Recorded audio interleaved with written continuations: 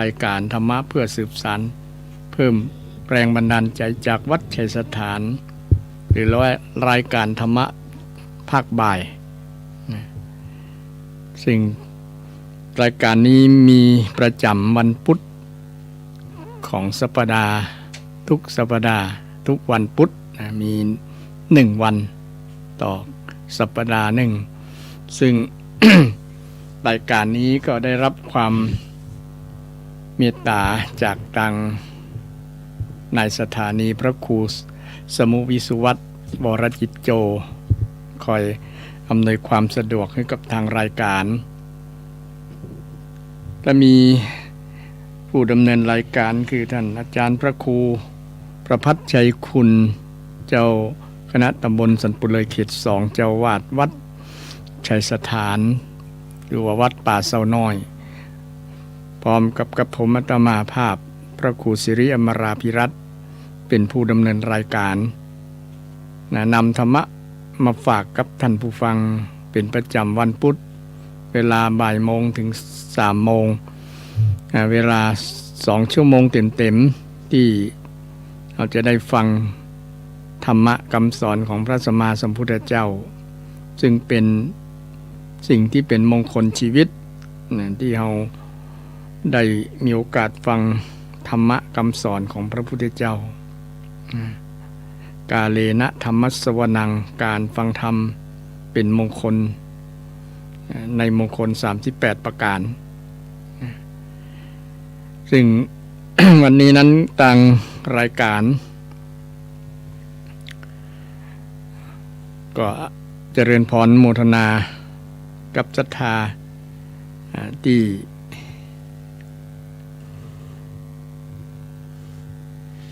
ได้มีการสนับสนุนรายการโดยการฟังเป็นการฟังก็เป็นการสนับสนุนรายการซึ่งจะทำให้ผู้จัดรายการมีกำลังใจว่ายังมีท่านผู้ฟังรายการธรรมะอยู่แต่ก็คงจะมีพอสมควรที่ศรัทธาฟังรายการนี้เป็นประจำเป็นแฟนพันธุ์แท้ในส่วนนี้ต้องเจริญพรขอบคุณนักหลายๆขอบคุณบ่ได้บ่มีอย่างนึงมีแต่ธรรมะมีแต่คำสอนของพระสัมมาสัมพุทธเจ้านำมามอบให้กับศรัทธาท่านผู้ฟังทั้งหลายที่ฟังรายการธรรมะช่วงบ่ายนี้ธรรมะเพื่อสืบสานและเพิ่มแรงบันดาลใจจากวัดชัยสถานป่าเสาน้อยวันนี้ก็เป็นวันที่24 ธันวาคมวันพุธที่24 ธันวาคม 2568ใกล้จะสิ้นเดือนใกล้จะสิ้นเดือนใกล้จะสิ้นปีปีเก่าก็จะล่วงพ้นไปปีใหม่ก็จะมาเยือนในช่วงเทศกาลที่จะฉลองปีใหม่กันโดยเฉพาะศรัทธาทั้งหลายเมื่อถึงวาระใกล้ปีใหม่กันแล้วก็จะมีการเฉลิมฉลองกันสังสรรค์เลี้ยงกันเป็นคล้ายๆเป็นประเพณีมาซึ่งปีนี้ก็คงเช่นเดียวกันฉะนั้นช่วงใกล้เทศกาลเข้าพรรษาเทศกาลปีใหม่เนี่ยก็อยากจะ นำธรรมะเกี่ยวกับเรื่องปีใหม่มามาจามาบอกในหลักคำสอนของทางพุทธศาสนาพระพุทธเจ้าก็ได้กล่าวเกี่ยวกับเรื่องการเวลาไว้ในสูตรที่ฮ้องว่าพัทเทกรัตสูตรซึ่งแปลว่าสูตรผู้มีราตรีเดียวอันเจริญเกี่ยวกับเรื่องการเวลาไว้แล้วก็มีหลายๆคำสอนที่สอนเกี่ยวกับเรื่องเวลาโดยเฉพาะประวัติของพระพุทธองค์เองเนี่ยพระพุทธองค์ก็ใช้เวลาใช้การเวลาเนี่ยใช้เวลาอย่างคุ้มค่า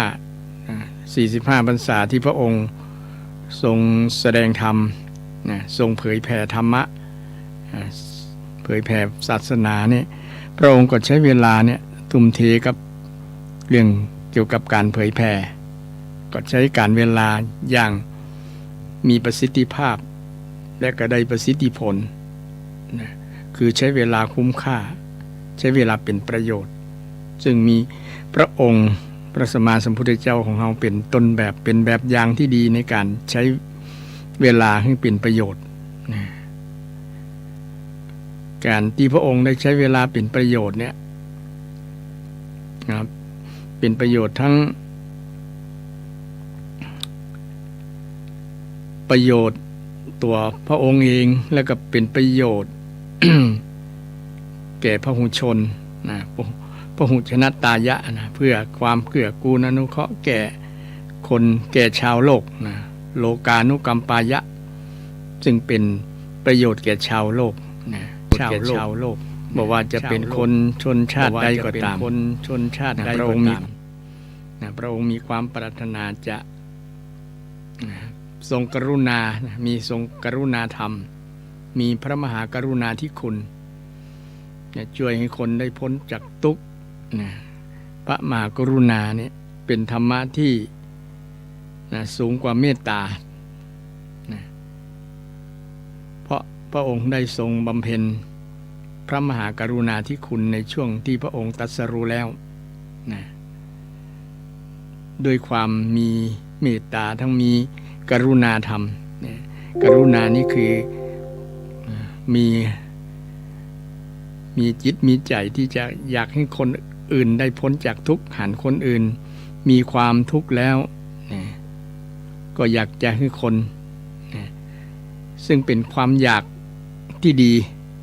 อยากปรารถนาใช้คำว่าปรารถนาดีกว่าเนาะถ้าเป็นความอยากนี่เป็นกิเลสเป็นกิเลสแต่ถ้าคนเฮานี้ถ้ามีความอยากในทางที่ดีเป็นก็ห้องว่าเป็นกุศลเป็นฉันทะเป็นฉันทะกรุณาฉันทะกรุณาคือมีความพอใจที่จะอยากจะช่วยให้คนได้พ้นจากทุกข์พระพุทธองค์เนี่ย45พรรษาเนี่ยพระองค์ได้ทรงช่วยให้คนพ้นทุกข์หลายคนนับบ่ถ้วนคนที่มีปัญหาต่างๆเกิดขึ้นพระองค์ก็ใช้เวลาช่วงที่ตรัสรู้แล้วเนี่ย45พรรษาให้คนพ้นทุกข์หลายคนปัญหาต่างๆที่เกิดขึ้นกับคนที่พระองค์ได้ช่วยเนี่ยก็ถือว่าพระองค์ใช้เวลาเป็นประโยชน์เป็นประโยชน์อย่างมากแก่ชาวโลกแก่ชาวโลกองค์บริหารเวลาในช่วงเจ้าประมาณ6 โมงเป็นต้นไปพระองค์ก็จะทรงไปโปรดไปโปรดเพื่อนว่าโปรดสัตว์คือไปรับบิณฑบาตอาหารรับบิณฑบาตอาหารบางคนก็มารับบาตรคนเดียวมารับบาตรจากมือคือมานิมนต์นั่นเองมานิมนต์รับบาตรจากมือของพระองค์เลยคล้ายๆพระองค์นั้นรับกิจนิมนต์แต่เป็นกิจวัตรประจำวันถึงบ่มีไผมารับบาตรพระองค์ก็ไปบิณฑบาตคนเดียวบิณฑบาตเองทุกวันทุกวันบ่มีขาดบ่มีวันเสาร์วันอาทิตย์บ่มีวันพักนอกจากพระองค์จะบิณฑบาตบ่ไหวแต่หรือว่ามีคนมานิมนต์เป็นคล้ายๆเป็นกิจนิมนต์อย่างทุกเจ้าบ่เดียวศรัทธานิมนต์ไปบ้านไปฉันเพลบ้านไปทำบุญบ้านอย่างประมาณนั้นก็พระองค์ได้ใช้เวลาในช่วงเจ้าคือไปรับบาตรไปรับบาตรมาฉันชาวบิณฑบาตก็มีบางคนเถียงกันว่าพระพุทธองค์ทรงฉันเวลาเดียว ฉันเวลาเดียวนี่เป็นหลักฐานว่าพระองค์นั้น บ่ได้กำหนดให้พระสงฆ์นะฉันเวลาเดียวนะฉันเวลาเดียวอันจริงคำว่าฉันเวลาเดียวอาจจะฉันหลายเตื้อก็ได้นะความหมายนะฉันเวลาเดียวหมายถึงจาก6 โมงเช้าที่หันฝ่ามือแล้วนะที่หันฝ่ามือจนถึงเที่ยงเป็นเวลาของห้องเวลาหนึ่งเพราะว่าบางผู้บางท่านอาจจะมีความเข้าใจเถียงกันว่าพระในพุทธศาสนาฉันคาบเดียวฉันคาบเดียว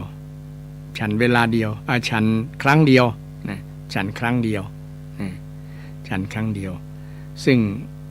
เข้าใจแบบนี้อาจจะมีเป็นการเข้าใจที่คลาดเคลื่อนเพราะว่า ในพุทธกาลนี่ก็มีคนที่มาถวายอาหารในช่วงเจ้าเนี่ยช่วงเจ้าเป็นเขาห้องว่าข้าวต้มยาคูเนี่ยข้าวต้มเนี่ยแสดงว่าพระสงฆ์ก็ต้องฉันหลายครั้งเนี่ยอย่างน้อยก็2 ครั้งจะบอกเกิน2 ครั้งนะ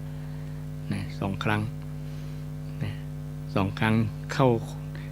ตอนเย็นก็มีน้ำปนะอย่างนี้นะแสดงว่าฉัน3 ครั้งก่อนน้ำปนะน้ำปนะในสมัยพุทธกาลนั้นมี7-8 อย่างเนาะน้ำกล้วยมีเมล็ดน้ำกล้วยไม่มีเมล็ดน้ำมะสางน้ำหลายๆน้ำเนี่ยสรุปแล้วก็คือน้ำ8 อย่างที่เปิ้นคั้นจากผลไม้ที่บ่ใช่ผลไม้ที่ลูกโตเกินแล้วนำมาถวายก็มี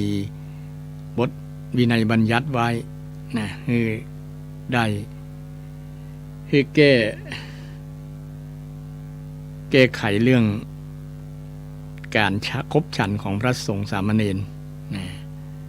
แต่ในช่วงเย็นนี้ก็เป็นอาหารที่ดื่มบ่ได้อาหารเคี้ยวเนาะเป็นน้ำปนะแต่ช่วงเช้าถึงเที่ยงเนี่ยเป็นอาหารที่เคี้ยวอาหารนักอาหารนักสรุปว่าก็คือ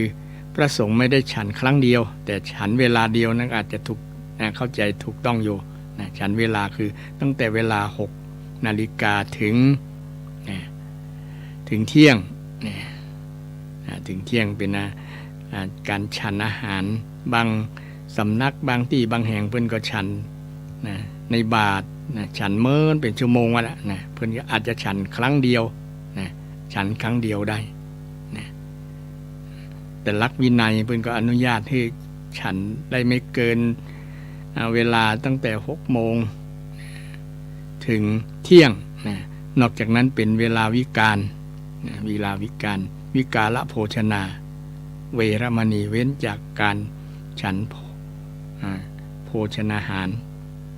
ที่เป็นอาหารที่ต้องเคี้ยวที่ต้องเคี้ยวอาหารนักที่ต้องเคี้ยวนี่อู้เรื่องว่าพุทธเจ้าได้ใช้เวลาบิณฑบาตในช่วงเจ้าเนี่ยบริหารเวลาบ่ได้ไปบิณฑบาตบ่ได้นะบางครั้งไปบิณฑบาตแล้วไปโปรดญาติโยมบางคนเนี่ยได้หันพระพุทธเจ้าแค่หันพระพุทธเจ้าก็เกิดความสุขแล้วหันหน้าหันอิริยาบถของพระองค์การเตียวการเดินของพระองค์เนี่ยทำให้เกิดมีความสุขเป็นสมณะที่น่าเคารพกราบไหว้เป็น สิ่งที่เป็นมงคลกับคนที่ได้หันคนที่ได้หันการที่พระองค์ได้ไปบิณฑบาตในช่วงเจ้าบางครั้งก็ไปเทศน์ให้คนฟังตัวบางครั้งก็ไปแค่บทเทศน์ก็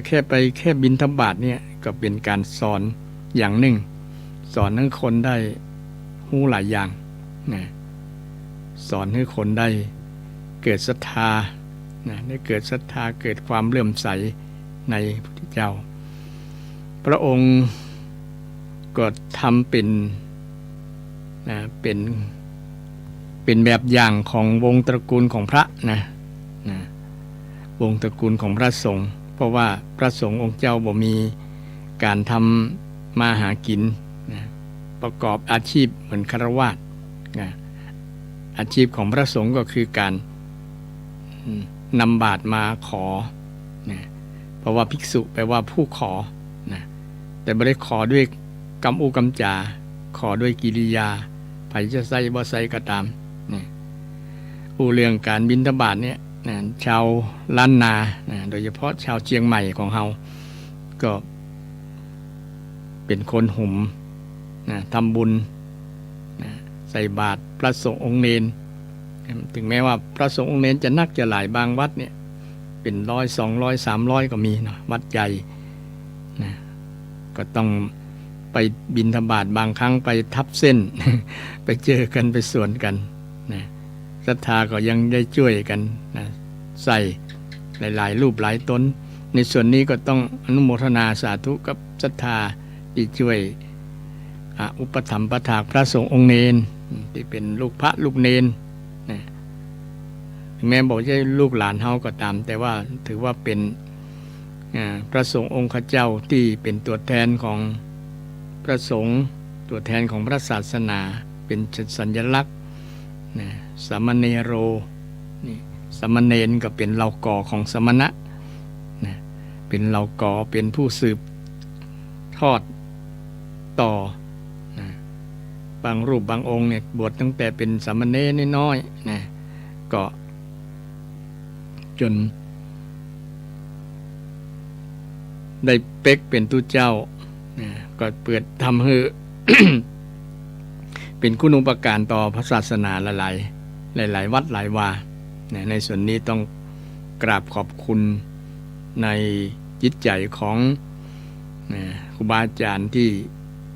บวชตั้งแต่น้อยเป็นสามเณรแล้วก็อยู่ครองผ้าเหลืองครองผ้าสักกาสาวพัสเนี่ยจนตายละจนมรณภาพคำผ้าเหลืองง่ายๆเข้าใจง่ายเนาะในส่วนนี้ก็เป็นสิ่งที่น่าอนุโมทนายิ่งบัดเดี๋ยวนี้พระสงฆ์องค์เนรมีเขียมมีน้อยนะคนจะบวชก็ยากนะบางวัดบางวาบ่มีตุเจ้าพระเนรเนี่ยนะก็มาพิจารณาแล้วก็น่าเป็นห่วงอนาคต อนาคตของพระศาสนาเช่นเดียวกันว่าใครจะมาสืบทอดใครจะมาดูแลวัดวาใครจะนำกินหำตาลนำศรัทธาเนี่ยบางวัดบางวามันเขียมแต่ศรัทธาจะซ้อหาตุเจ้าไปอยู่วัดอยู่วาเฝ้าวัดประวานี่ก็ยากวันหน้าก็คงจะใจระบบจับฉลากกันละไผมาบวช บวชอยู่วัดเฝ้าวัดเฝ้าวาเนาะโดยเฉพาะคนที่เคยทำงานราชการอย่างต่างๆนี่เพิ่นมีฐานะมีอย่างพร้อมแล้วนะก็เสียสละบวชนะเพื่อเฝ้าวัดเฝ้าวาเพื่อพัฒนาวัดวานะเพื่อเป็นรักให้กับศรัทธาได้กินได้ทานมีการมีงานต่างๆศรัทธาก็อุ่นใจสบายใจม่วนใจแต่วัดใดบ่มีตุเจ้าพระเนรแล้วง่อมศรัทธาง่อมบ่ฮู้จะไปทานที่ไหนทำบุญที่ไหนนี่ก็ง่อมกันอันนี้เป็นเหตุการณ์ที่เกิดขึ้นบางวัดที่มีพระเนรบ่มีพระเนรอยู่นะก็เป็นที่น่าเอ็นดูศรัทธาน่าเอ็นดูวัดเหมือนกันนะที่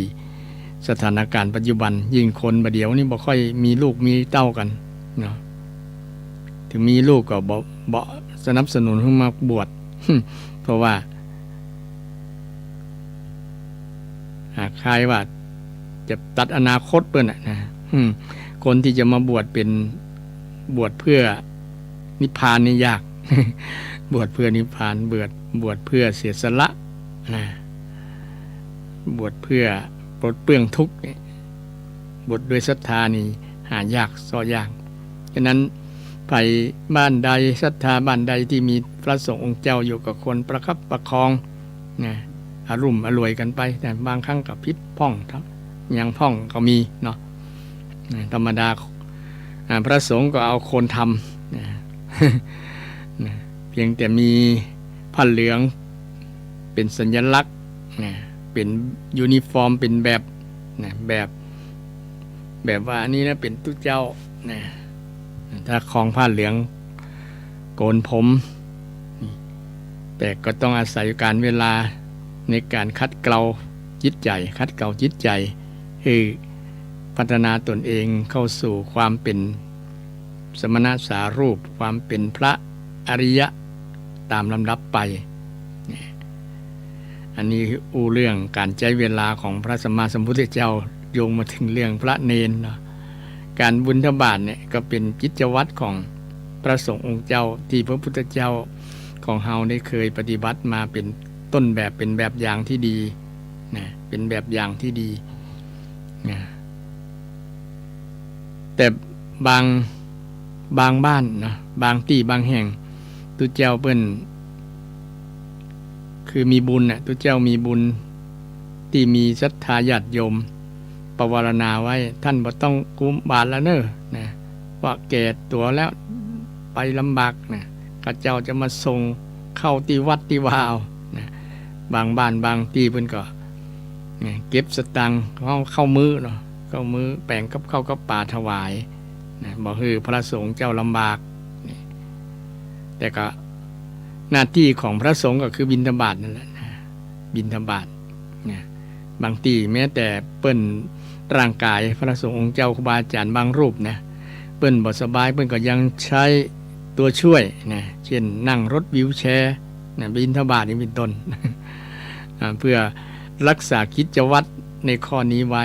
นะที่มีพระพุทธเจ้าเป็นต้นแบบอย่างที่ดีนะเปิ้นใช้เวลาช่วงเจ้า6 โมงเนี่ยประมาณ6 โมงถึง7 โมง8 โมงประมาณนั้นนะบ่เกิน2 ชั่วโมงนะรับบิณฑบาตจากศรัทธานะแล้วก็รับแล้วก็ปิกมาฉันนะปิกมาฉันนี้เป็นกิจวัตรที่พระองค์ได้นะได้ปฏิบัติขึ้นมาตั้งแต่พระองค์บวชนั่นแหละนะตั้งแต่พระองค์บวชแล้วก็หลังจากบวชบรรลุเป็นพระสัมมาสัมพุทธเจ้าแล้วก็45 พรรษาพระองค์ก็ได้ปฏิบัติตนเป็นต้นแบบของพระสงฆ์คือพระสงฆ์ได้ประพฤติปฏิบัติโดยพระองค์เป็นแบบอย่างที่ดีการใช้เวลาของพระองค์ถือว่าเป็นต้นแบบของพระสงฆ์องค์เจ้าเป็นต้นแบบของศรัทธาญาติโยมตัวพระพุทธเจ้าเนี่ยใช้เวลารับแค่ตัวเลยพระพุทธเจ้านอน4 เศรษฐีนอน6 ยาจกนอน8เลยนะ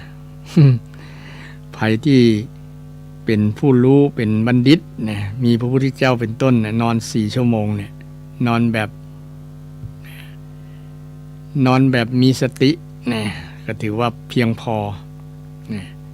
เพียงพอแต่ตามหลักสุขอนามัยเป็นว่าต้องพักผ่อนให้ถึง8 ชั่วโมง ภายนอน8 ชั่วโมงคนนั้นก็ถือว่าเนี่ยมันจะบดตันกินเพื่อนนะเพื่อนไปบางคนเนี่ยเพื่อนทำมาหากินประกอบสัมมาชีพเนี่ยตื่นแต่เช้าแม่ก้าแม่ขายนี่แต่พระองค์เนี่ยตี 4เพื่อนก็ทรงตื่นจากบรรทมตื่นจากนอนแล้วก็มาพิจารณาถึงวันนี้จะมีภัยมีความทุกข์เราจะไปแสดงธรรมให้ภัยเพื่อนประสาทชาวบ้านเมื่อนั่งทางในพิจารณาด้วยข่ายคือพยานของพระองค์มีญาณพิเศษที่จะพิจารณาตรวจตราดูว่าภัยที่จะ มีความทุกข์มีปัญหาพระองค์จะได้ไปแสดงธรรมให้ฟังนะการอันนี้เป็นพระมหากรุณาธิคุณที่พระองค์ได้ทำมาโดยตลอด45 พรรษานะหลังจากตื่นนอนมาเนี่ยก็ไม่ใช่เจริญสมาธิธรรมดาแต่การพิจารณาถึงว่าภัยที่มีความทุกข์ภัยมีปัญหาภัยมีความโศกเศร้าภัยมีความผิดหวังมีความทุกข์นั่นแหละนะภัยมีความทุกข์พระองค์จะไปแก้ปัญหาให้กับคนนั้นด้วยการใช้เวลาของพระองค์เนี่ยใช้เวลาเพื่อคนอื่นเนี่ยเพื่อคนอื่นเพื่อเวนยสัตว์ในสัตว์ที่จะควรรู้ธรรมคำสอนของพระพุทธเจ้ารู้ธรรมคำสอนของพระองค์นี่พระองค์ก็ได้พิจารณาในข่ายคือพยานของพระองค์หันแล้วก็จะเสด็จไปในช่วงที่6 โมงเนี่ยคงช่วงที่เข้าจะไปบิณฑบาตนั่นแหละพร้อมกันบางช่วงบางเวลาเนี่ยคนที่แทบจะบ่มีโอกาสได้ฟังเทศน์ฟังธรรมแทบจะบ่มีโอกาสได้หันหน้าพระพุทธองค์เนี่ยเพราะถูกคนในครอบครัวโดยเฉพาะป่อในสมัยหนึ่งมัทธกุณรีผู้มีต่างหูผู้มีตุ้มหูต่างหูเนี่ยนะที่มัทธกุณรีชื่อว่ามัทธกุณรีมีป่อคิจิมีพ่อคิจิ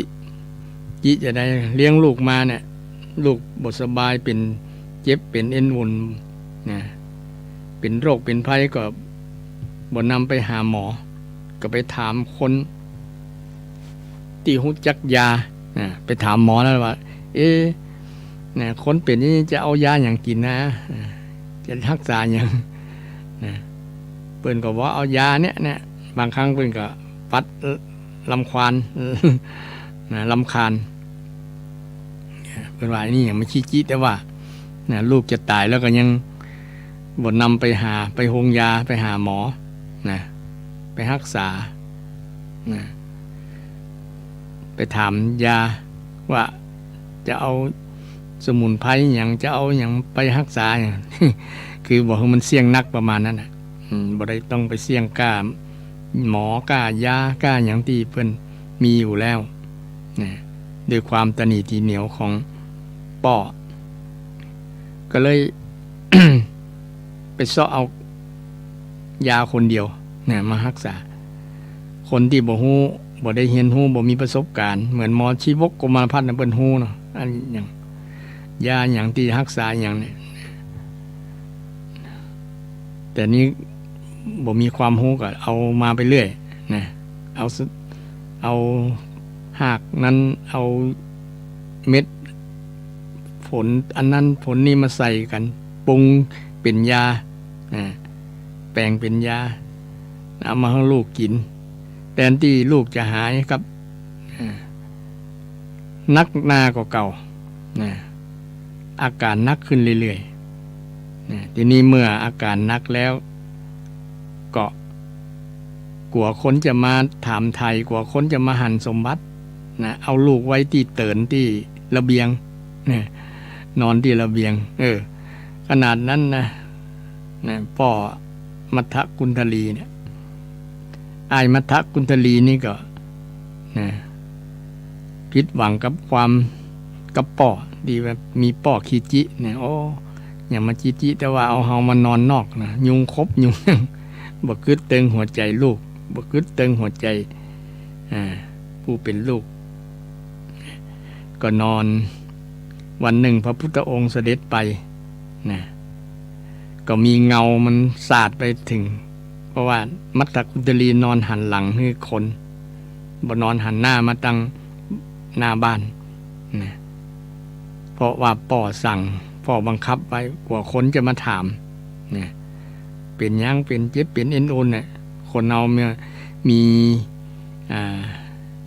มีปัญหามีความทุกข์มีเจ็บเป็นเอ็นโอนก็ ชาวบ้านคนบ้านใกล้เรือนเคียงเพื่อนบ้านกันก็จะต้องถามข่าวธรรมดาแต่เนี่ยเพราะความขี้จิเนี่ยตะนีทีเหนียว เนี่ยก็คือลูกหันหลังแต่ก็ยังมีนิมิตเข้าใจว่านี่เป็นเงาของพระพุทธเจ้านะเงาของพระพุทธเจ้าก็เลยมีความปิติยินดีโอ้นะพุทธเจ้ามาโปรดเฮาแล้วนะแต่เฮานี่หมดโอกาสแม้แต่จะยกมือกำลังแขนที่จะยกมือสาธุเนี่ยก็บ่มีกำลังนะยกได้แม้แต่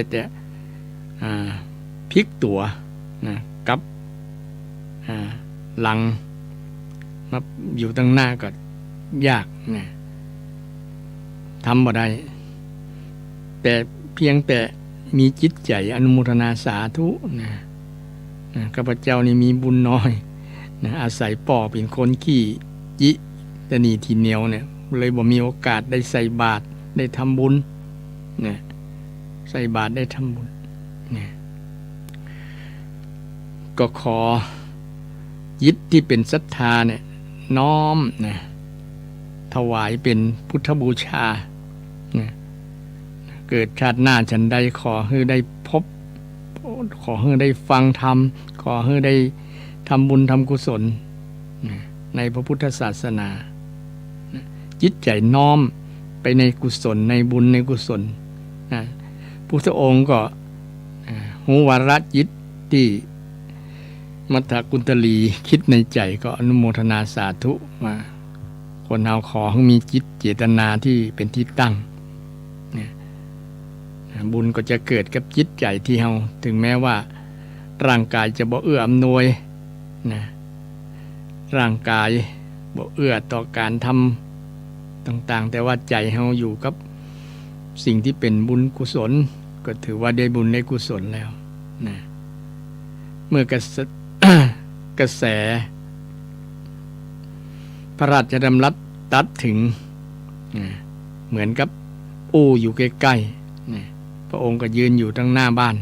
อยู่ที่ซอยทางหน้าบ้านก็แสดงธรรมให้กับมัทธกุณฑลีด้วยความปลื้มจิตปลื้มปิติในคุณงามความดีที่ตัวเก่ากระทำแค่ส่งจิตส่งใจนะถึงคุณงามความดีถึงบุญกุศลนะแล้วก็ถึงนับตานึกถึงหน้าตาพระพุทธเจ้าด้วยบุญกุศลที่เป็นกุศลเนี่ยนะหลังจากที่จุติเคลื่อนนะจิตจุติเคลื่อนหรือว่าดับแล้วนะก็ไปเกิดเป็นเทวบุตรเทวดานะไปเกิดเป็นเทวบุตรในสวรรค์ชั้นฟ้าเนี่ยคนเราใช้เวลาถึงแม้เวลาจะชั่วคราวแค่นิดเดียวนะบอกกี่นาทีเนี่ยถึงแม้ว่าร่างกายบ่เอื้ออำนวยแต่ใจเนี่ยนะมีได้ตั้งมั่นได้ตั้งในทางที่สุขที่ควรทางที่เป็นกุบุญกุศลแล้วนะมันจะเกิดผลดีกับตัวเฮาฉะนั้นการบิณฑบาตของพระองค์เนี่ยก็ได้โปรดนะเป็นว่าได้โปรดสัตว์นะได้โปรดสัตว์นะได้แสดงธรรมให้ใครๆหลายๆคนอย่างอายมัทธกุณฑลีเนี่ยพระองค์ก็ได้ส่งกระแสจิตแสดงธรรมให้กับกุณฑลีได้ฟังนะได้ชื่นชมยินดีกับบุญกุศลที่ตัวเก่าได้มีนะแค่ส่งกระแสจิตนะได้ตั้งจิตตั้งใจอยู่ในการคุณงามความดีเนี่ยก็เป็นบุญเป็นกุศลส่งผลให้ไปเกิดในสวรรค์ชั้นฟ้านี่เป็นบุญเป็นกุศลกับมัทธกุณฑลีซึ่งเป็นสิ่งที่ เป็นแบบอย่างหนึ่งของคนเป็น อุทาหรณ์เป็นเรื่องสอนใจเป็นคติธรรมอย่างหนึ่งสอนให้คนว่าคนเราบางคนเนี่ยถึงแม้ว่าร่างกายจะบ่เอื้อต่อการได้ทำสร้างอันนั้นสร้างนี้แต่ว่าขอให้จิตใจมันตั้งมั่นให้มันดีใจดีแล้วก็ถือว่าสำเร็จผลบุญก็จะเกิดกับบุคคลนั้นผลดีก็จะเกิดกับบุคคลนั้นได้ซึ่งเป็นตัวอย่างอย่างหนึ่งให้คนหลายๆคนที่กำลังท้อแท้มีอุปสรรคปัญหาในการดำเนินชีวิตบางคนเป็นโรคบางคนนอนติดเตียงบางคนมีความทุกข์หลายอย่างบางคนก็มีความทุกข์กับลูกเต้าทอดทิ้งขาดการดูแลเอาใจใส่ไปอยู่ตั้งใดก็บ่บอกบ่กล่าวบ่หันหน้าหันตาบ่ส่งข่าวให้กับพ่อกับแม่กับทุกข์ใจโอ้เลี้ยงมาแล้วแทนที่เขาจะหูบุญหูคุณตอบแทนบุญคุณหายแซบหายซอย มีก็ความทุกข์ใจบางคนก็กึดน้อยใจว่าหูอี้เขาบอกมันเกิดมาแล้วเพราะว่ามันบอกหูคุณก็มีบางคนก็มีสภาพแบบนี้เช่นเดียวกันบางคนถึงอยู่ด้วยกันเนี่ยก็ยังบ่นับถือกันก็มีบ่นับถือพ่อแม่ก็บ่เข้าใจลูกก็บ่เข้าใจพ่อแม่เนี่ยก็มีปัญหาฉะนั้นไผที่มีปัญหาต่างๆเนี่ยก็ควรคิดได้ว่าสิ่งที่เป็นที่เปิ้งของเราเพราะว่าพ่อแม่เนี่ยก็หวังจะเปิ้งลูกเปิ้งหลานในยามที่ตัวเก่าแก่ชรามาเนาะแต่จริงความเป็นจริงในโลกบอกว่าที่ไหนก็พ่อแม่ถูกทอดทิ้งกันถูกทอดทิ้งกันหลายที่หลายแห่งก็ควรคิดว่าบ่ใช่กับเฮาคนอื่นก็เป็นเหมือนเดียวกันก็นึกถึงธรรมชาติเช่นสัตว์บางตัวเนี่ยเนาะ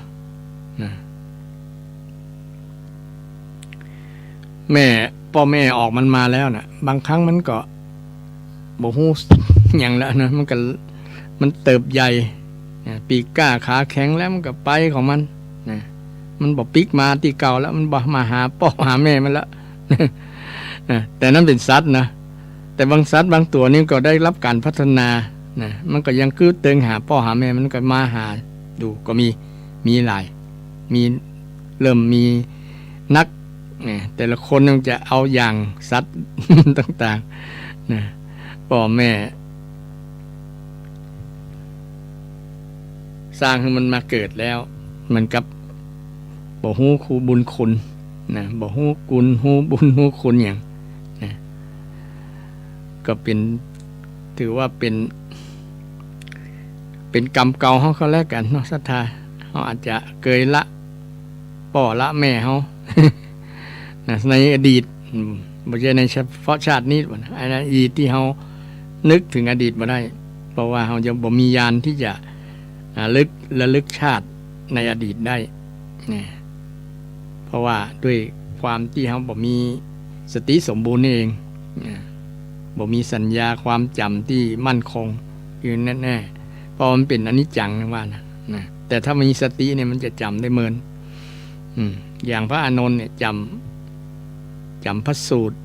นี่จำคำสอนพระเจ้าได้ในพระไตรปิฎกได้ครบหมดนี่เพราะว่ามาจากการเจริญสติการเจริญสติฉะนั้นสิ่งที่ จะทำให้เราเกิดความจำดีก็ด้วยการเจริญสติการเจริญสติแต่สตินี่แปลว่าระลึกอย่าระลึกในสิ่งที่มันเป็นภาพลบกับเราเนาะเป็นผลเสียเพราะฉะนั้นเราก็ควรนึกถึงแต่สิ่งที่เป็นกุศลนึกถึงจะเป็นกุศลสิ่งที่เป็นกุศลเป็นผลบวก เป็นสิ่งที่บวกกับเฮานะเกิดขึ้นกับเฮาได้ด้วยการเจริญสัมมาสตินะสัมมาสติอันนี้อู้เรื่องการใช้เวลา แค่บิณฑบาตของพระพุทธเจ้าเนี่ยนะอู้มาโยงมาถึงหลายเรื่องนะโยงมาถึงหลายเรื่องการใช้เวลาของพระองค์เนี่ยเป็นประโยชน์เฮาถ้าใช้เวลาเป็นประโยชน์เหมือนพระพุทธเจ้านะโดยพระพุทธเจ้าของเราเนาะใช้ประโยชน์ก็ส่วนนักก็จะเป็นกับคนอื่นทั้งนั้นนะเฮาก็นึกถึงว่าพระพุทธเจ้านั้นใช้ประโยชน์กับคนอื่นเฮาก็นึกถึงพระพุทธเจ้าเฮาก็มาเปรียบเทียบว่าเฮาก็ใช้ประโยชน์กับลูกกับหลานเฮาถึงลูกหลานเฮาบ่ตอบก็บ่เป็นหยังเพราะว่านะการทำดีแล้วเฮาสบายใจก็พอละนะในฐานะเฮาเป็นพ่อเป็นแม่ทำหน้าที่ของพ่อของแม่ให้บริบูรณ์นะลูกจะตอบบ่ตอบก็แล้วแต่เขานะแล้วแต่เขาเพราะว่าบางคนเนี่ยพ่อแม่ก็มีความหวังนะยามมีกิจหวังเจ้าเฝ้ารับใช้ยามเจ็บไข้หวังเจ้าเฝ้ารักษายามเมื่อถึงข่าวรับดับชีวาหวังให้ลูกมาปิดตาเมื่อสิ้นใจนี่เป็นความหวังของพ่อแม่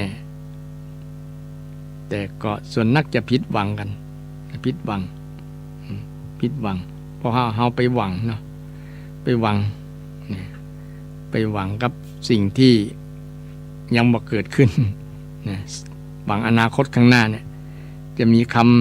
ำสอนของพระเจ้ามีอยู่ตาอตีตังนานวะขเมยะนปฏิกังเขอนาคตังนปฏิกังเขอนาคตังคือบ่หวังอนาคตข้างหน้านะจะไปหวังอนาคตข้างหน้าทำแล้วเฮาแต่ปัจจุบันเฮาม่วนใจก็ทำไปเถอะนะแต่ผลที่มันจะเกิดก็มันก็เกิดนะตามเหตุตามปัจจัยตามธรรมที่เฮาปฏิบัตินะสมควรแก่ธรรมนะสมควรแก่ที่เฮาทำสมควรแก่เหตุแก่ผลที่เฮาทำไปที่เฮาทำไปเฮาก็บ่ควรจะไปอาหลงอาลัยหรือว่าไปเกิดความผิดหวังท้อแท้เกี่ยวกับสิ่งที่เฮาได้รับผลเฮาทำดีก็พอละศรัทธาท่านผู้ฟังทั้งหลายนะทำแล้ว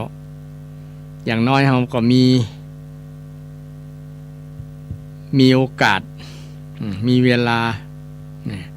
มีโอกาสมีเวลาทำดีมีโอกาสมีเวลาทำดีทำดีคิดดีอู้ดีเนี่ยบ่ต้องเสี่ยงสตางค์สักบาทนะทำดีพูดดีคิดดีนะบ่ต้องเสี่ยงสตางค์สักบาทก็ทำได้นะการกระทำกรรมอูความคิดต่างๆที่มันเป็นกุศลเป็นสิ่งที่ดีเนี่ยนะเราก็สามารถทำได้นะเช่นคิดดีเนี่ยก็เป็นสิ่งที่ทำให้เรามีความสุขนะมีความสงบจิตสงบใจมีความสุขใจมีความม่วนใจได้เพราะความคิดของเรานะความคิดเนี่ยเปลี่ยนพศใหม่เปลี่ยนใจเปลี่ยนความคิดหรือยังเนี่ยถ้ามีความคิดเนี่ยผิดหลักทำคำสอนพระเจ้าเขาก็เปลี่ยนมาคือมันเข้ากับคำสอนมาเข้ากับหลักคำสอนพระเจ้าสอนวิธีคิดจะได้สอนวิธีอู้จะได้สอนวิธีทำจะได้เนี่ยกายกรรมวจีกรรมมโนกรรมนี่กรรมทั้ง3อย่างเนี่ยพระพุทธองค์สอนจะได้เขาก็มาถามตัวเฮาว่าเฮาทำถูกหลักคำสอนหรือยังถ้าทำถูกหลักคำสอนแล้วก็บ่ต้องไปนะวิตกกังวลหรือว่ากลัวยังจะเกิดขึ้นนะเพราะสิ่งที่เฮาทำไปย่อมเกิดผลดีแน่นอนเพราะว่าเฮาสร้างกรรมดีคิดดีพูดดีทำดีเนี่ยก็บ่ต้องไปเรียกร้องว่าให้มันผลในสิ่งที่ดีที่มันถึงเกิดนะตรงกันข้ามถ้าทำชั่วก็เช่นเดียวกันบ่ต้องไปเรียกร้องให้มันชั่วมันก็ ผลมันก็เกิดความชั่วตามธรรมชาติเช่นเดียวกันนะเช่นเดียวกันนี่พระพุทธองค์ได้ทรงเป็นต้นแบบอย่างนะทุกด้านนี่กับคนเวลาเราเปล่งคำว่าพุทธังสรณังคัจฉามิก็นึกถึง ประวัติของพระองค์ประวัติตั้งแต่พระองค์ยังบตรัสรู้เป็นเจ้าชายสิทธัตถะบุระนึกถึงประวัติของพระองค์นึกถึงแล้วมันจะเป็นกุศลเราก็จะตั้งคำถามเช่นเดียวกันโอ้ขนาดพระพุทธเจ้าเนี่ยเปิ้นเป็นกษัตริย์เป็นได้เปิ้นถึงมาบวช แทนที่เป็นพระมหากษัตริย์จักรพรรดิอิราชแล้วมันน่าจะมีความสุขบ่ใช่กะประมาณนั้นนะเราก็จะได้ถามแล้วก็ตอบคนเดียว ได้รู้ประวัติเป็นได้พระพุทธองค์เปิ้นถึงละพระราชสมบัติทุกอย่างมีพร้อมหมดมีปราสาท3ฤดูร้อนฤดูหนาวฤดูฝนมเหสีนางสนมต่างๆจะเอาหมอกได้ก็ได้ แว่นแคว้นจะเอากว้างก็ได้ทุกสิ่งทุกอย่างได้หมดแต่พระเป็นได้พระองค์มาบวชมาบวชคำตอบก็จะได้ถ้าเราศึกษาประวัติขององค์คำตอบนั้นเมื่อเราไประลึกนึกถึงพุทธังสรณังคัจฉามิสรณะก็คือระลึกนึกถึงหรือว่าเป็นที่ปึ้งคือเมื่อนึกถึงประวัติของไผ่เขาก็เอาประวัติของบุคคลนั้นเป็นต้นแบบเป็นแบบอย่างเพราะว่าพระพุทธเจ้าเนี่ยเป็นต้นแบบของคนที่พ้นทุกข์คนแรกในโลกก็ว่าได้เป็นอิสระจากกิเลสจากตัณหาทั้งหลายบ่ถูกครอบงำบ่ถูกบีบบังคับด้วยกิเลสแต่พระองค์ต่างหากที่บีบกิเลสให้ตายบีบกิเลสเพราะว่ากิเลสเป็นมารเป็นอุปสรรคปัญหาของคนทั่วโลกเป็นภัยร้ายกาจของมนุษย์เป็นภัยร้ายกาจของมนุษย์ภัยคือกิเลสภัยเนี่ยอย่าง อย่างเขมรกับไทยที่ลบกันก็มาจากกิเลสนั่นแหละมาจากกิเลสความโลภของผู้นำประเทศความโลภคือกิเลสฮุนเซนขี้โลภแล้วก็มีอันนักอย่างก็นักการเมืองเนาะบุคคลที่ไปลงทุนลงทุนเป็นมิจฉาชีพถือว่ามิจฉาชีพเนาะไป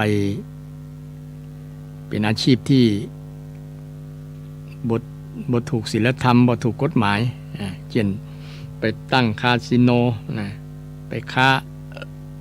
กำไรไปหารายได้จากหมู่นี้ถือว่าเป็นมิจฉาชีพทั้งนั้นก็มาจากความอยากนั่นอยากได้เงินมานักๆโวยมันก็ได้โวยแต่นั้นแล้วก็ไปโวยเหมือนกัน เสี่ยงโวยเงินหมู่นี้มันเงินฮ้อนนะเงินฮ้อนเป็นปากทางแห่งความเสื่อมพุทธเจ้าว่าอบายมุขอัปปายะปากทางแห่งความเสื่อมปากทางแห่งความเสื่อม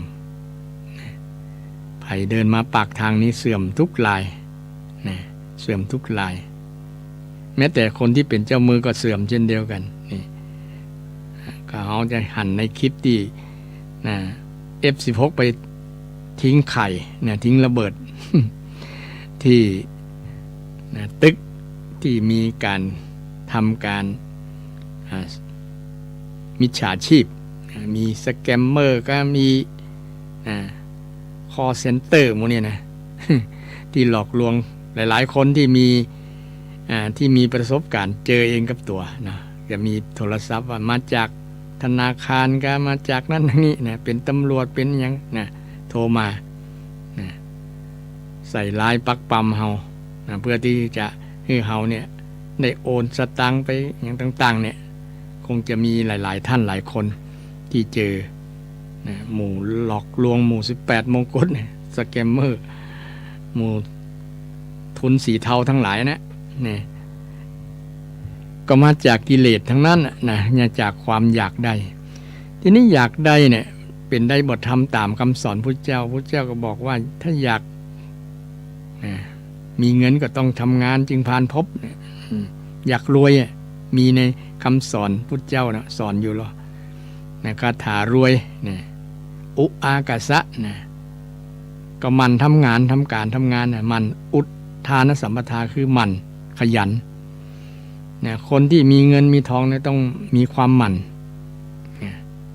มีความหมั่นเป็นพื้นฐานขยันเศรษฐี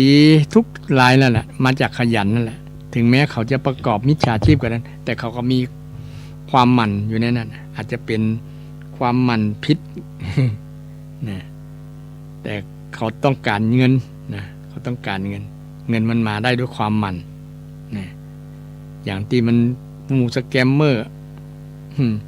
หมู่หลอกลวงทั้งหลายเนี่ยมันก็หมั่นหลอกคนมันก็ได้ถ้ามันบ่หมั่นก็บ่ได้แต่นี้คนหูตันมาละนะหูตันส่วนนักนะส่วนน้อยที่บ่มีประสบการณ์ก็จะเป็นเหยื่อตกเป็นเหยื่อของมันนะฉะนั้นต้องหมั่นแล้วก็รู้จักบริหารเงินนะอารักขสัมปทาอุอากาสะนะอุมาจากอุทานสัมปทาอารักขสัมปทาคือรู้จักรักษารู้จักรักษาเงินเนี่ยคนแต่ก่อนเนี่ยผัวเมียภรรยาสามีภรรยาเนี่ยโดยเฉพาะสามีเนี่ยจะมอบความเป็นใหญ่เกี่ยวกับเรื่องเงินเนี่ยให้แม่บ้านเนี่ยเป็นเจ้ากระทรวงการคลัง ดูแลเรื่องเงินบริหารเงินให้เป็นเนี่ยมอบความเป็นใหญ่เรื่องเงินได้เงินเดือนมาเท่าใดได้รายได้มาเท่าใดเนี่ยคือเมียกำเนี่ยแต่ทีนี้หลายคนบอกไว้วางใจ บอกไว้วางใจเมียนะหรือว่าแยกกันนะอันนี้ส่วนนี้คุณจ่ายส่วนนั้นคุณจ่ายค่าไฟแบ่งกันจ่าย ก็มันก็มีนะตามหลักพุทธศาสนานะในฐานะเป็นสามีภรรยากันนะมีอยู่หรอเพิ่นสอนนะว่าสามีเนี่ยมอบความเป็นใหญ่นะความเป็นใหญ่ในครัวในเรื่องบ้านในเรื่องเงินเรื่องทองเนี่ยเรื่องจัดการบริหารเงินแบบนี้นี่สามีเป็นคนหาเงินภรรยาเป็นคนบริหารเงินนะใช้เงินส่วนไหนนะแบ่งเป็นสัดเป็นส่วนนะกล้าครองชีพกล้ากับเข้ากับปลากล้าเทอมลูกนะกล้าน้ำกล้าไฟกล้าภาษี กล้าอันนั้นนี่สปะกล้านั้นต้องบริหารให้เป็นบริหารให้พอบางคนบริหารบ่พอก็บ่พอจ่ายรายจ่ายเกินรายได้ก็เดือดร้อนเป็นหนี้เป็นสินมากู้หนี้ยืมสินมาคนส่วนนักส่วนหลายทีเดียวละเป็นหนี้เป็นสินเนี่ยคนที่บ่มีหนี้มีสินเนี่ยมีน้อยเปอร์เซ็นต์สัก 10% ได้บ่ฮู้ในเมืองไทยเนี่ยอาจจะบ่ถึง 10% ที่บ่มีหนี้เลยนะนอกนั้นมีหนี้กันหมดส่วนหนึ่งมาจากการบริหารเงินบ่จ้างบ่เป็นนั่นเองและมาจากความอยากตัวเมื่อความอยากได้มันก็ต้องสนองความอยากนั้นด้วยนำ ความอยากนั้นเป็นตัวตั้งแล้วก็เงินจ่ายทั้งใดเท่าใดก็บ่พอเงินมีเท่าใดก็บ่พอจ่ายเพราะมันอยากไงอยากมีบ้านใหญ่ๆก็ไปกู้หนี้ยืมสินมาแปลงบ้านอยากมีรถใหม่ๆกันใหม่ก็ไปกู้เปิ้นมาไปดาวเปิ้นมาเดี๋ยวนี้รถยนต์บ่ได้ดาวต่างหากง่ายต่อการเป็นหนี้ ง่ายต่อการเป็นหนี้เอาไปก่อนจ่ายบ่ทันเพิ่นก็ยึดนี่มาจากการบริหารเงินไม่พอดีไม่บริหารแบบเศรษฐกิจพอเพียงแก่รายรับรายจ่ายรายรับรายจ่ายพอดีกันก็โอเคสมมุติว่าพ่อบ้านทำงานได้เงินวันละ300ต้องจ่ายให้ป พอดีกับ300หรือว่าให้มันเหลือสัก10 บาท20 บาทก็ยังดีนะถือว่าเป็นส่วนที่จะเก็บไว้ยามเจ็บเป็นเอ็นอุ่นยามที่มันเกิดอุบัติเหตุเกิดสิ่งต่างๆที่จะต้องได้จับจ่ายใช้สอยเนี่ยเผื่อไว้เนี่ยคนแต่ก่อนสอนลูกสอนหลานอันเหรอเนี่ยสอนลูกสอนหลานโดยเฉพาะหน้าที่ของสามีมอบทรัพย์สินให้กับภรรยาได้ใช้นะศรัทธาท่านใดมีประสบการณ์แบบนี้ก็นะมาแชร์ความรู้สึกกันก็ได้เด้อ0531143332 0531143332นี่อู้เรื่องว่าธรรมะของพระพุทธเจ้านะทำให้รวยได้เนี่ยคาถาเศรษฐีเป็นห้องอุอากาสะตะกี้อู้เรื่องว่าการบริหารเงินอารักขสัมปทาถึงพร้อมด้วยการรักษาทรัพย์รักษาไว้บ่ได้หมายความว่าบ่ใจเงินนะเก็บไว้อย่างเดียวนี่ก็บ่ใช่ละต้องจ่ายเพราะว่าเงินนี้เป็นของที่ใช้แทนเป็นแทนปัจจัย4เนาะปัจจัย4ต่างๆเป็นตัวแทนก็ต้องจับจ่ายใช้สอยทุกวันตื่นเช้ามาคนก็ต้องเสี่ยงตังค์ละนะกาสบู่ยาสีฟันกานั่นกานี่นะเสี่ยงตังค์นะแต่ก่อนน้ำบ่ได้ซื้อเนาะน้ำดื่มนะน้ำดื่มบ่ได้ซื้อเดี๋ยวนี้ได้ซื้อหมดทั้งน้ำดื่มน้ำใจน้ำหยังนะค่าประปาค่าน้ำประปาค่าน้ำดื่มนี่แต่ก่อนก็บ่ได้ใจตังเกี่ยวกับเรื่องหุงต้มเนี่ยเดี๋ยวนี้มีแก๊สเข้ามาก็ได้เสี่ยงตังเนี่ยเดี๋ยวนี้ถังนึงก็ได้400-500ละนะแต่ก่อน100ปลายเนาะนะใหม่ๆบ่ถึง100 เดี๋ยวนี้400-500แล้วมีกับรายการเสี่ยงอ่ะโอ้ยไงมีกับรายการเสี่ยงฉะนั้นแม่บ้านเนี่ยถ้าบอกบริหารเงินเป็นจริงๆเนี่ยปอนะก็ต้องรายงานบริหารแล้วต้องรายงานสามีว่าเงิน300นี่เนี่ยเอาไปใจนั้นใจนี่นะบ่พอแล้วนะพ่อบ้านก็ต้องนักทำงานนักเพิ่มขึ้นแหมเพื่อมีรายได้นะวันละ400 500 600หรือว่าวันละ1,000นะถึงจะพอใจนะถึงวันนี้ค่าแรงขั้นต่ำนี่มันบ่พอใจนะเราอ่อนไปโรงเรียนเนี่ยเดี๋ยวนี้ทั้ง10 บาทมันตึงหรอมันเบานะ10 บาทเบาละเนี่ย10 บาทเบา มันดูถูกเงินน่ะบ่ฮู้คุณค่าของเงินนะโอ้กว่าพ่อแม่จะได้เงินมาเนี่ยแลกด้วยเหงื่อหยาดเหงื่อแรงงานกว่าจะได้มาอีดหิมตาย แต่เขาบ่ฮู้นะบ่ฮู้คุณค่าของเงินต้องฮือ20 50ฮือ100บางคนฮือ100เหรอลูกหลานไปโรงเรียนเป็นค่านั้นค่านี่สะปะอย่างบ่นับรวมกับค่ารถค่าลาค่าที่พักค่าชุดนั้นชุดนี้สะปะอย่างนะเนี่ยมีแต่รายเสี่ยงรายจ่ายเนาะเนี่ยคนส่วนหลายทีเดียวละเกี่ยวกับเครียดเรื่อง รายจ่ายนี่แหละเรื่องเงินเนี่ยเรื่องรายได้เนี่ยยิ่งปัจจุบันเนี่ยโอ้หางานทำก็ยากลำบากอย่างละอ่อนจบปริญญามาก็เลือกงานทำบ่ทำงานก็ตกงานแต่ได้ใจเงินตึงวันเนี่ยมันก็เอาที่ไหนก็เอาจากพ่อจากแม่นะเนาะพ่อแม่ก็ต้องแต่เนี่ยเลี้ยงลูกจนใหญ่จบปริญญาแล้วแทนที่จะเบาแหงพ่องนะกราบอย่างเก่า นะส่งเขาถึงฝั่งแล้วยังบ่ถึงเตื้อนะยังบ่ถึงเตื้อก็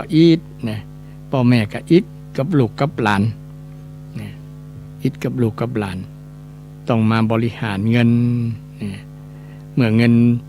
รายรับมันบ่พอกับรายจ่ายนั้นก็เครียดเนาะเราจะปรับวิธีไหนนะก็ปรับวิธีบริหารให้มันพอดีนั่นนะบางอย่างที่มันจะเสี่ยงเช่นกับข้าวกับป่าอาหารดีๆที่มันราคาแพงก็อดเอาพ่องนะ อดเอานะเพื่อให้มันบ่เป็นหนี้เป็นสินนักไงเพื่อบ่ให้เป็นหนี้เป็นบางคนกินหนี้กินเงินอนาคตนะ กินเงินอนาคตบางคนยังมีขายเขียวก็มีเหรอนะเบี้ยยังชีพนะ600 700 800เนี่ยไปแปะไปแปะร้านนั้นร้านนี้เอาของมากินก่อนแล้วเงินเบี้ยผู้สูงอายุมานี่ก็น่าเอ็นดูนะน่าเอ็นดูผู้สูงอายุเพราะว่าลูกหลานไม่ได้ส่งเงินส่งทองมาให้ใจเนาะแต่ตอบแทนคุณเนี่ยมันก็เลยเป็นปัญหาเรื่องโมเนี้ยนะเรื่องค่าครองชีพนี่ก็คนเฮาก็กิน3 คาบเนาะคาบละซาวจะได้หรือเนาะซื้อบ่ได้นะคาบละ50คาบละ100บุ่งกะเนาะเนี่ยวันไหนมี3 คาบก็ข้าวอย่างเดียวกากับอาหารอย่างเดียวก็หมดละ300คาบละ100บางคนครอบครัวใหญ่เป็น400 500บุ่งกะต่อวันนะเนาะถ้าเงินเดือนบ่ถึงวันละ500โอ้อิดละนะอิดแตนศรัทธาอิดแตนศรัทธาฉะนั้นก็เราต้องบริหารให้ได้นะอารักขสัมปทาแล้วคนที่จะสำเร็จรวยได้ก็ต้องมีเพื่อนดีนะมีกัลยาณมิตรนะพุทธเจ้าได้สอนเรื่องเกี่ยวกับสูตรของความทำให้มีพออยู่พอกินนะคือรวยนะที่ว่าคาถารวยนะมีกัลยาณมิตรตามีความเป็นผู้มีกัลยาณมิตรนี่อันนี้สำคัญเนอะนะศรัทธาครอบครัวใดมีกัลยาณมิตรอยู่แล้วนั้นสามีภรรยานะเป็นกัลยาณมิตรกันนะมีเมตตามีความปรารถนาดีต่อกันนะทำมาหากินดีกว่าคู่ที่บ่มีกัลยาณมิตรนะผัวก็แก้วเมียกับแก้วนี่บ่ไหวเนอะศรัทธาผัวแก้วเมียแก้วเนี่ยบ่ใช่แก้วรัตนะนะคือแก้วเหล้าเนี่ยแก้วเหล้านะทำให้การประกอบอาชีพการทำมาหากินลำบากฝืดเคืองลำบากนะมีแต่ปัญหามีการทะเลาะวิวาทกันนะสามีภรรยาเนี่ยสามีภรรยาถ้าซื่อสัตย์ซื่อตรงต่อกันหูจิตหูใจนะเข้าใจกันเอาใจกันนะดีต่อกันนะปรารถนาดีต่อกันนะทำมาหากินตึงรุ่งนะตึงรุ่งนะอาตมาก็ชอบสังเกตเหมือนกันแล้วมันเป็นกรรมมันตรงกับคำสอนของพระเจ้าก็หาเนี่ยเรียกว่าสามีภรรยามีคุณธรรมที่เสมอกันนะโดยเฉพาะมีเป็นกัลยาณมิตรนะเป็นเพื่อนที่ดีนะมิตรนะมิตรมาจากเมตตานั่นเองนะเมตตาก็คือความปรารถนาดีบริปรารถนาร้ายบางคนปรารถนาร้ายต่อกันเนาะอยู่ด้วยกันมาบ่นึกถึงสมัยเป็นจีบกันใหม่ๆนะพออยู่กันมากับ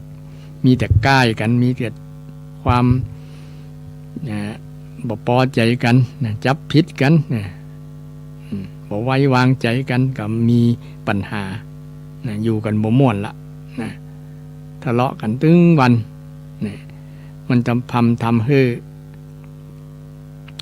ประกอบอาชีพนี้บ่เจริญนะทำมาหากินบ่เจริญบ่รุ่งเรืองบ่ร่ำรวยนะเพราะสามีภรรยาบ่ถูกกันศรัทธาท่านผู้ฟังลองสังเกตหรือว่าสังเกตตัวเก่าก็ได้ว่ามีสามีภรรยาที่เข้าใจที่ฮักกันก็มีเป็นกัลยาณมิตรต่อกันก็นี่และกัลยาณมิตรในนอกนั้นก็มีเพื่อนทำงานนะมีลูกน้องที่ดีนะหรือว่ามีลูกพี่มีลูกเจ้านายที่ดีเนี่ยเป็นกัลยาณมิตรต่อเฮาเนี่ยเข้าใจหันอกหันใจนะถามไทยถามข่าวนะเป็นเพื่อนร่วมสุขร่วมทุกข์นะยามมีปัญหาก็ปรึกษาหารือเฮาได้นะคนที่มีเจ้านายดี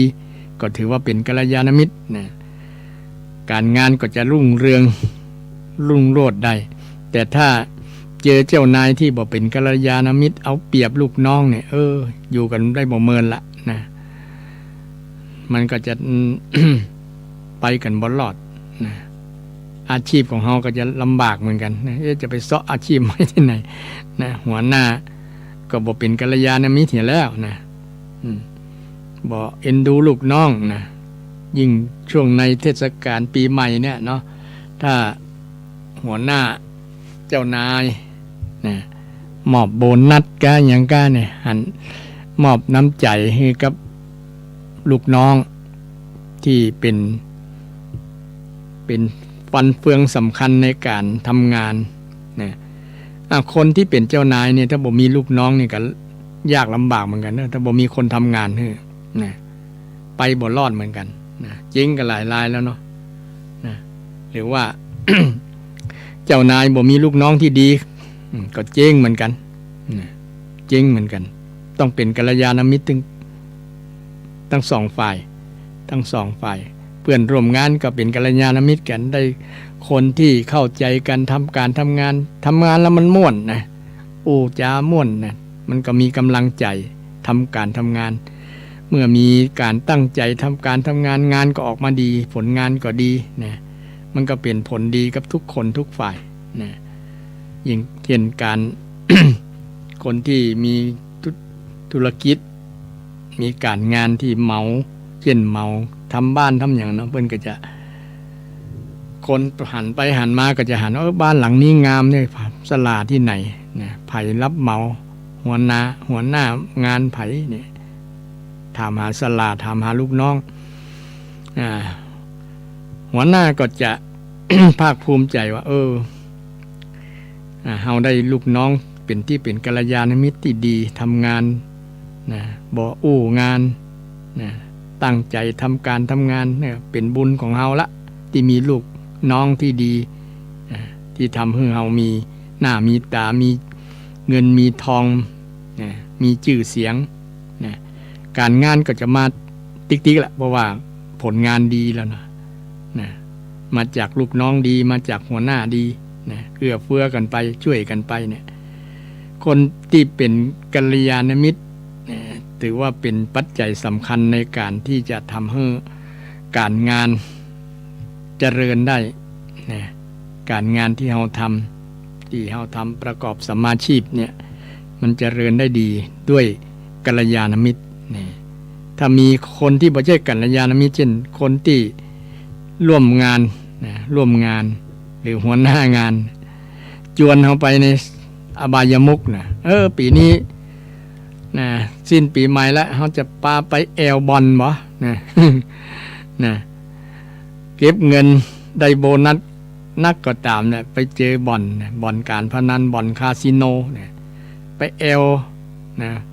คับแอลบาร์นะไปพักผ่อนสักนะเขาทำงานอิดมาเมินแล้วนะไปนะหาความสุขเนี่ยถ้ามีคนลักษณะนี้จวนไปลักษณะนี้แสดงว่าบ่เป็นกัลยาณมิตรเฮาละนะทำให้เฮาชิบหายเงินทอง ดีบ่ดีติดขอกติดตารางต่างหากเนาะเนี่ยคนที่เป็นกัลยาณมิตรจึงสำคัญนะบ่ปลาเฮาแต่บางคนมีเพื่อนที่ดีเนาะเพื่อนนำเฮาไปแนะนำเฮานะทำให้เฮาบางครั้งเฮาก็เอาเพื่อนเนี่ยเป็นต้นแบบเป็นแบบอย่างเป็นไอดอลนะเป็นไอดอลเป็นแบบอย่างที่ดีตัวอย่างที่ดีให้กับเฮาก็เป็นสิ่งหนึ่งที่จะเป็นเหตุเป็นปัจจัยนำไปสู่ความเจริญดีงามต่างๆไปมาด้วยกัลยาณมิตรนะและธรรมะข้อสุดท้ายที่จะทำให้เรารวย คือสมัชชีวิตตาสมัชชีวิตตาใช้ชีวิตเข้าใจง่ายก็คือแบบพอเพียงนั่นเองนะชีวิตแบบพอเพียงบางคนเข้าใจว่าชีวิตแบบพอเพียงนี้คือชีวิตมักน้อยสันโดษอย่างประมาณนั้นจริงๆบ่ใช่คำว่าพอเพียงคือพอตัวพอดีนะพอดีเฮานะยินสิ่งนะซึ่งเป็น ธรรมะเป็นธรรมะที่ ที่บางคนหลายๆคนเข้าใจผิดเช่นคำว่าสันโดษแปลบางคนแปลว่ามักน้อยนะสันโดษแปลว่ายินดีในสิ่งที่ตัวเก่ามีตัวเก่าเป็นนะตัวเก่ามีตัวเก่าเป็นถ้าบ่มีธรรมะข้อนี้คนหาความสุขบ่ได้นะใช้ชีวิตแบบพอเพียงอย่างหัวหน้าครอบครัวนะใช้ชีวิตแบบพอเพียงเนี่ยเช่น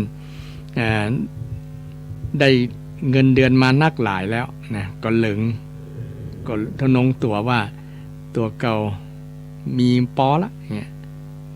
ถ้าบอกพอเพียงนะอยากจะมีกิ๊กมีกักเอาเริ่มหายนะแล้วกับเนี่ยนะ บอกใช้ชีวิตพอเพียงแล้วคำว่าพอเพียงคือพอยินดีในสิ่งที่ตัวเก่ามีเอามีอย่างมีภรรยามีลูกมีบ้านมีทรัพย์สินเงินทองก็จงยินดีในสิ่งที่เฮามาหามาด้วยลำแข้งของตัวเฮาเองนะลำแข้งด้วย1สมองกับ2มือเนี่ยนะเฮาหามาได้เองเนี่ยนะจงภูมิใจจงยินดีนะอย่าไปยินดีกับเงินทองที่บ่ใช่ของเฮานะถ้าไปยินดีกับเงินทองที่บ่ใช่ของเฮามันก็เป็นมิจฉาชีพไปแล้วนะมิจฉาชีพอยากได้เงินคนอื่นจากหมู่สแกมเมอร์อย่างหมู่วันอย่างแก๊งคอเซ็นเตอร์หมู่นี่ก็เนาะอันนี้แปลเงินที่บ่ใช่ของตัว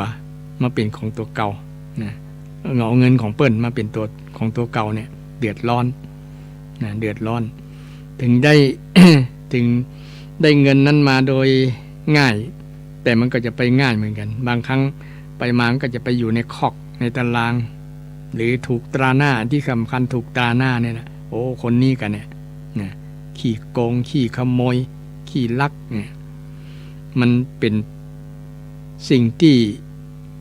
ห้องว่ากรรมลงโทษนะสายตาของคนนี่มันโทษนะมันทำโทษแบบอย่างเจ็บเลยนะอย่างเจ็บบางคนมาบอกแค่ บอกแค่นี่แค่กับความอดตายมันก็มีนะแต่กฎผลความชั่วร้ายต่างๆมันเกิดแน่นอนนะถ้าไปสร้างสิ่งที่บ่ถูกบ่ต้องนะโดยเฉพาะเขาเรียกว่ามิจฉานะบอกว่ามิจฉาแปลว่าความผิดนะผิดนะพระเจ้าสอนเรื่องความถูกนะตั้งแต่คิดถูกเข้าใจถูกเนี่ยสัมมาทิฏฐินะสัมมาสังกัปปะคิดถูกคิดชอบนะคิดดีนะสัมมาวาจานะพูดถูกพูดดีพูดต้องถูกต้องเนี่ยพูดถูกมีอย่างพ้องเคยอูหลายครั้งนะเนาะนะบทจุบททำให้คนผิดกันนะพูดด้วยมีเมตตาพูดด้วย ที่เป็นสิ่งที่เป็นประโยชน์นะพูดด้วยความอ่อนหวานนะบอกหยาบคายนี่สิ่งเหล่านี้เป็นคำพูดที่ถูกต้องนะ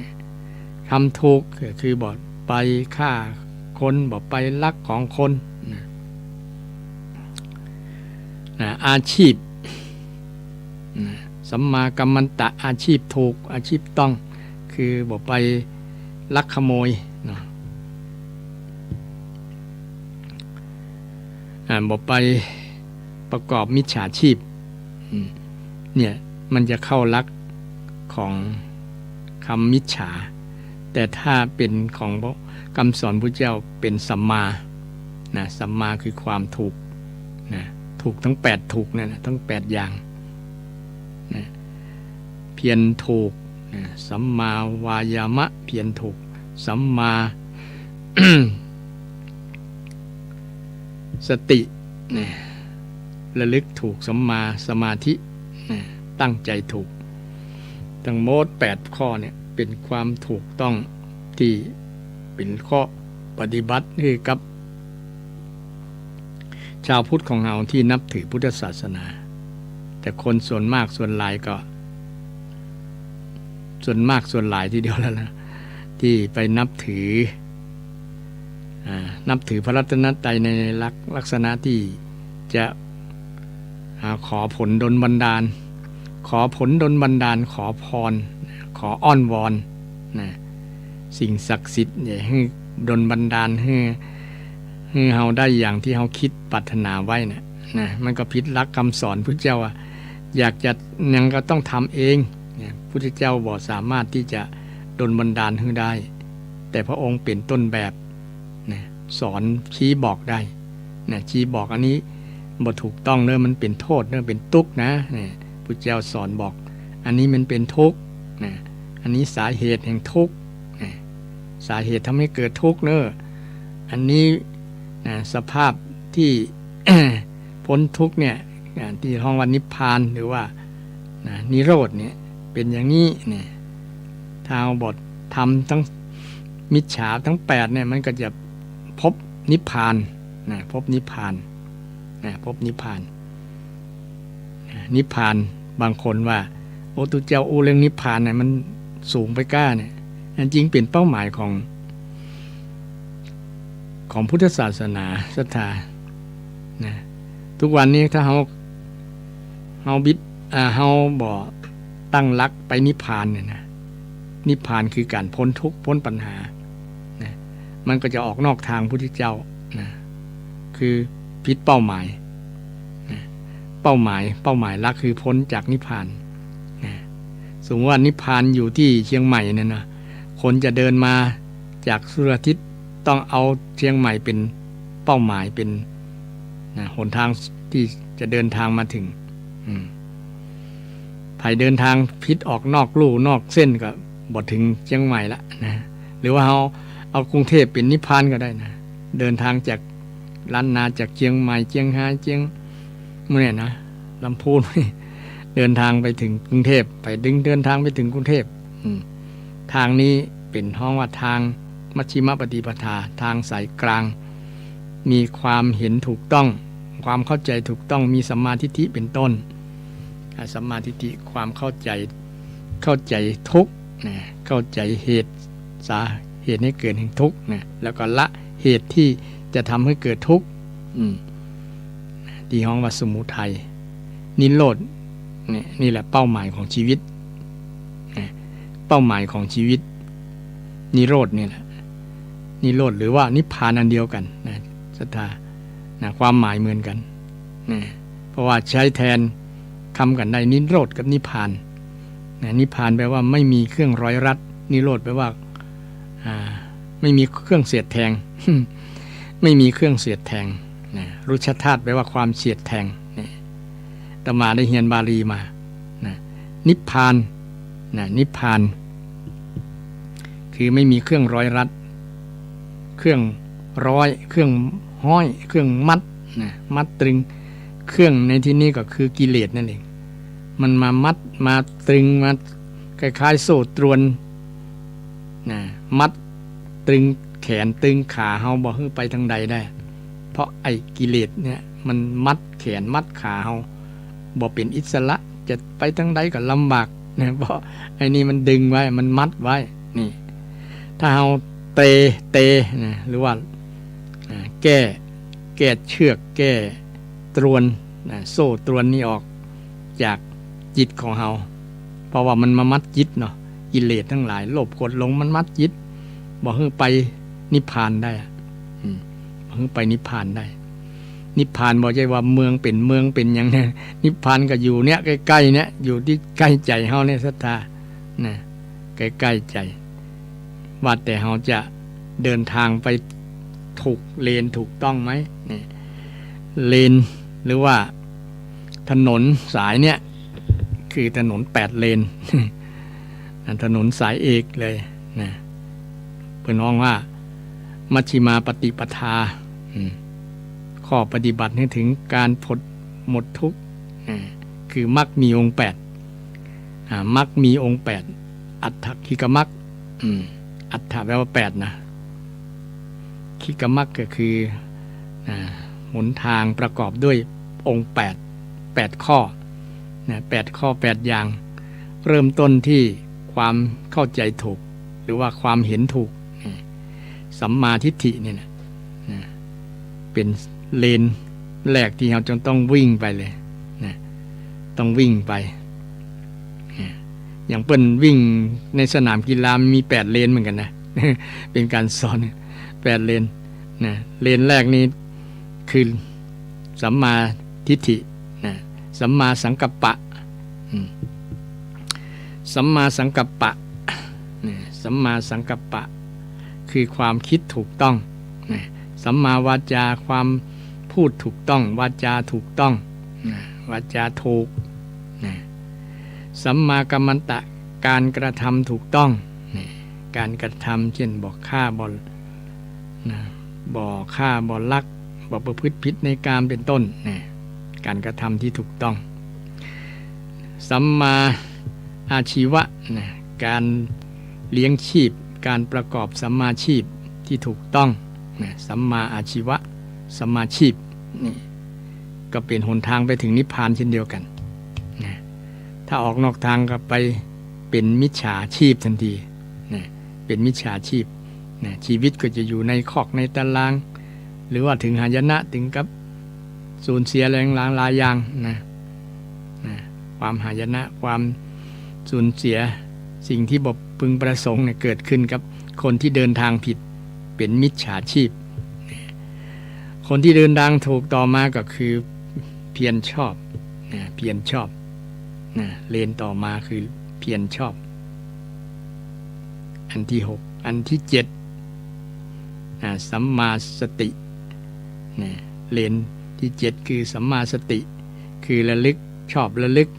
นึกในสิ่งที่เป็นกุศลเช่นพุทธานุสติธรรมานุสติสังฆานุสติหรือว่า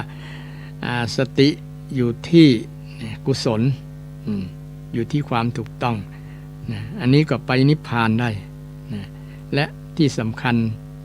สัมมาสมาธิคือตั้งใจอย่างถูกการตั้งใจถูกก็มาจากการเข้าใจถูกในสัมมาทิฏฐินั่นเองเรียนทำมาเรื่อยๆตั้งใจตั้งใจเข้าใจตั้งใจพูดตั้งใจคิดตั้งใจประกอบสัมมาชีพที่ถูกต้อง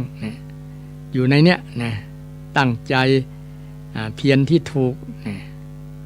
ก็อยู่ในกุศลอยู่ในมรรคมีองค์8ไผ่ที่มันเดินตามลักมรรคมีองค์8คนนั้นก็จะได้พบกับนิพพานไปถึงนิพพานที่เขาแปลว่าการพ้นทุกข์กับการดับนิพพานแปลว่าดับแปลว่าเย็นก็ได้นะเย็น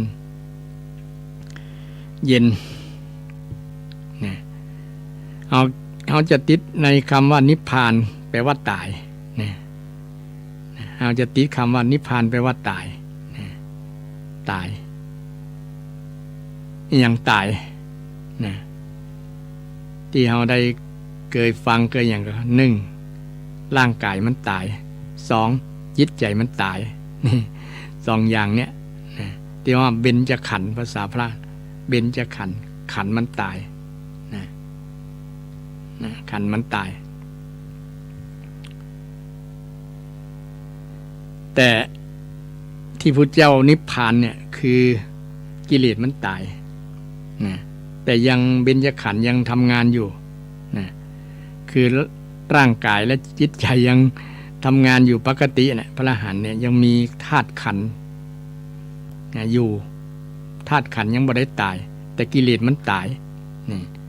กิเลสมันตายกิเลสมันตายกิเลสตายความโลภมันตาย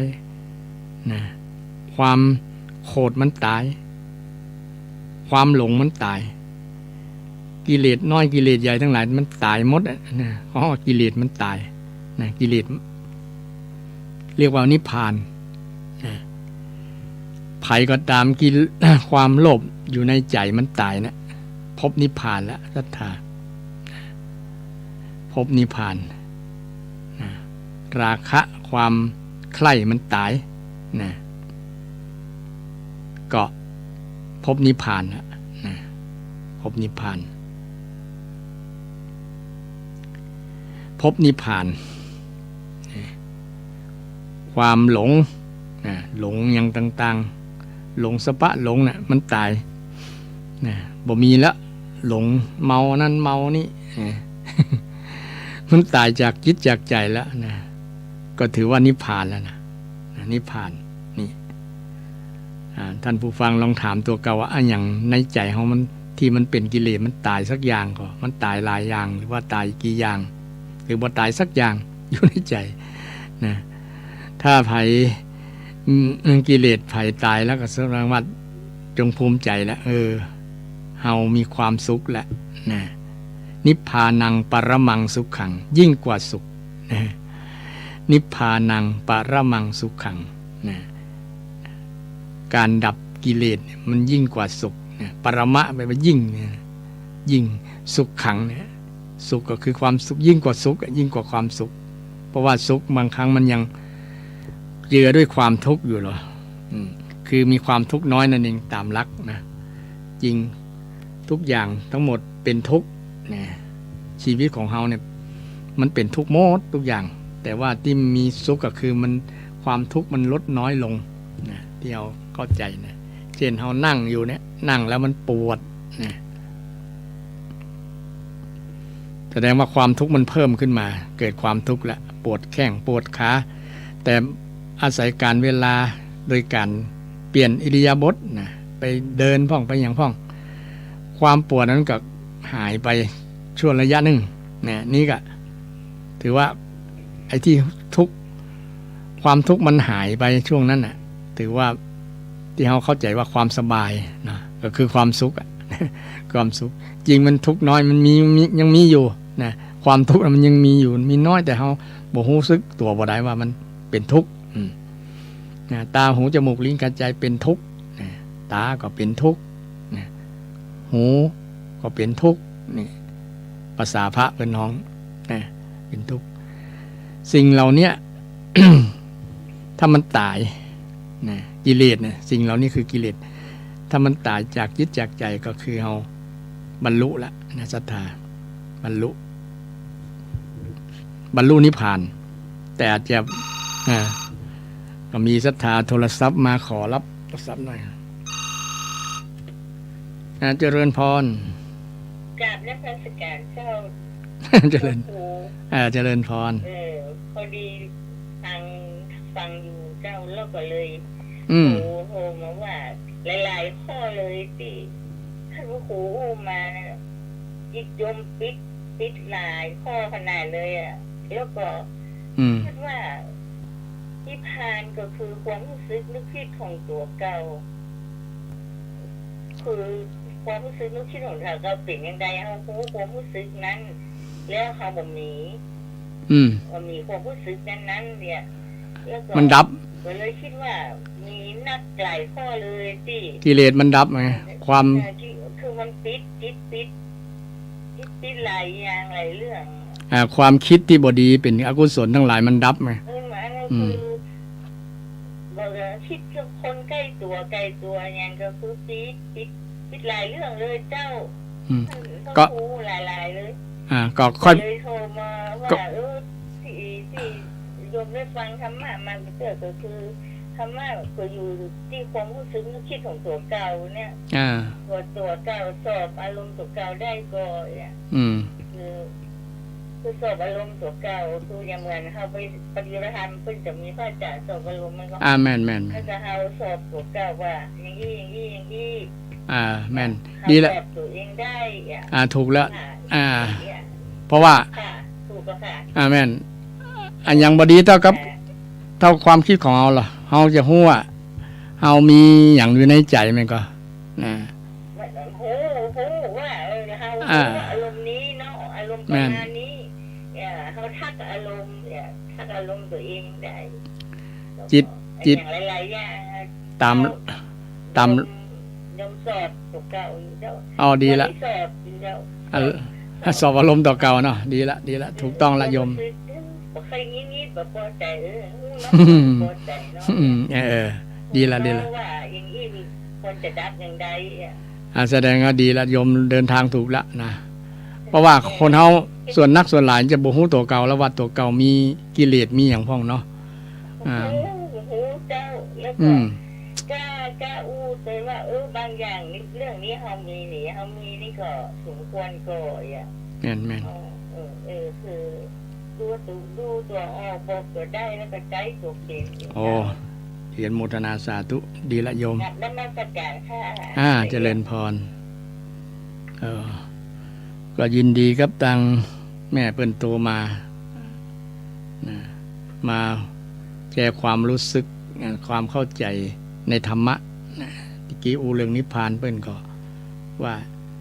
การหูจิตตัวเก่านะจิตมีราคะรู้ว่าจิตมีราคะจิตมีโทสะรู้ว่าจิตมีโทสะนะจิตมีโมหะก็รู้ว่าจิตมีก็คือการตรวจสอบการดูอารมณ์สอบอารมณ์ตัวเก่าเนาะสอบอารมณ์ตัวเองนะสอบจิตตัวเองนะว่าจิตเขามีอย่างพ้องอยู่ในเนี่ยนะบางคนบอกมาดูจิตเหรอเปิ้นว่าจิตตานุปัสสนานะจิตมีอย่างพ้องอยู่ในเนี่ยนะตามดูจิตเนี่ยดูจิตความคิดเนี่ยความคิดและความมีความเป็นของจิตเนี่ยมีอยู่ในจิตในใจเอาอย่างพ้องเขาก็จะได้หันเพราะว่าเขาเนี่ยเป็นหมอเป็นผู้ตรวจตราดูเองว่าเขาเป็นอย่างเขามีความคิดจะใดเนี่ยบ่มีไผ่หู้เต้าตัวเขานะเพราะว่าจิตเป็นนามธรรมเนาะจิตเป็นนามธรรมเป็นธรรมชาติที่จะตรวจสอบได้ด้วยตัวเขาเองนะ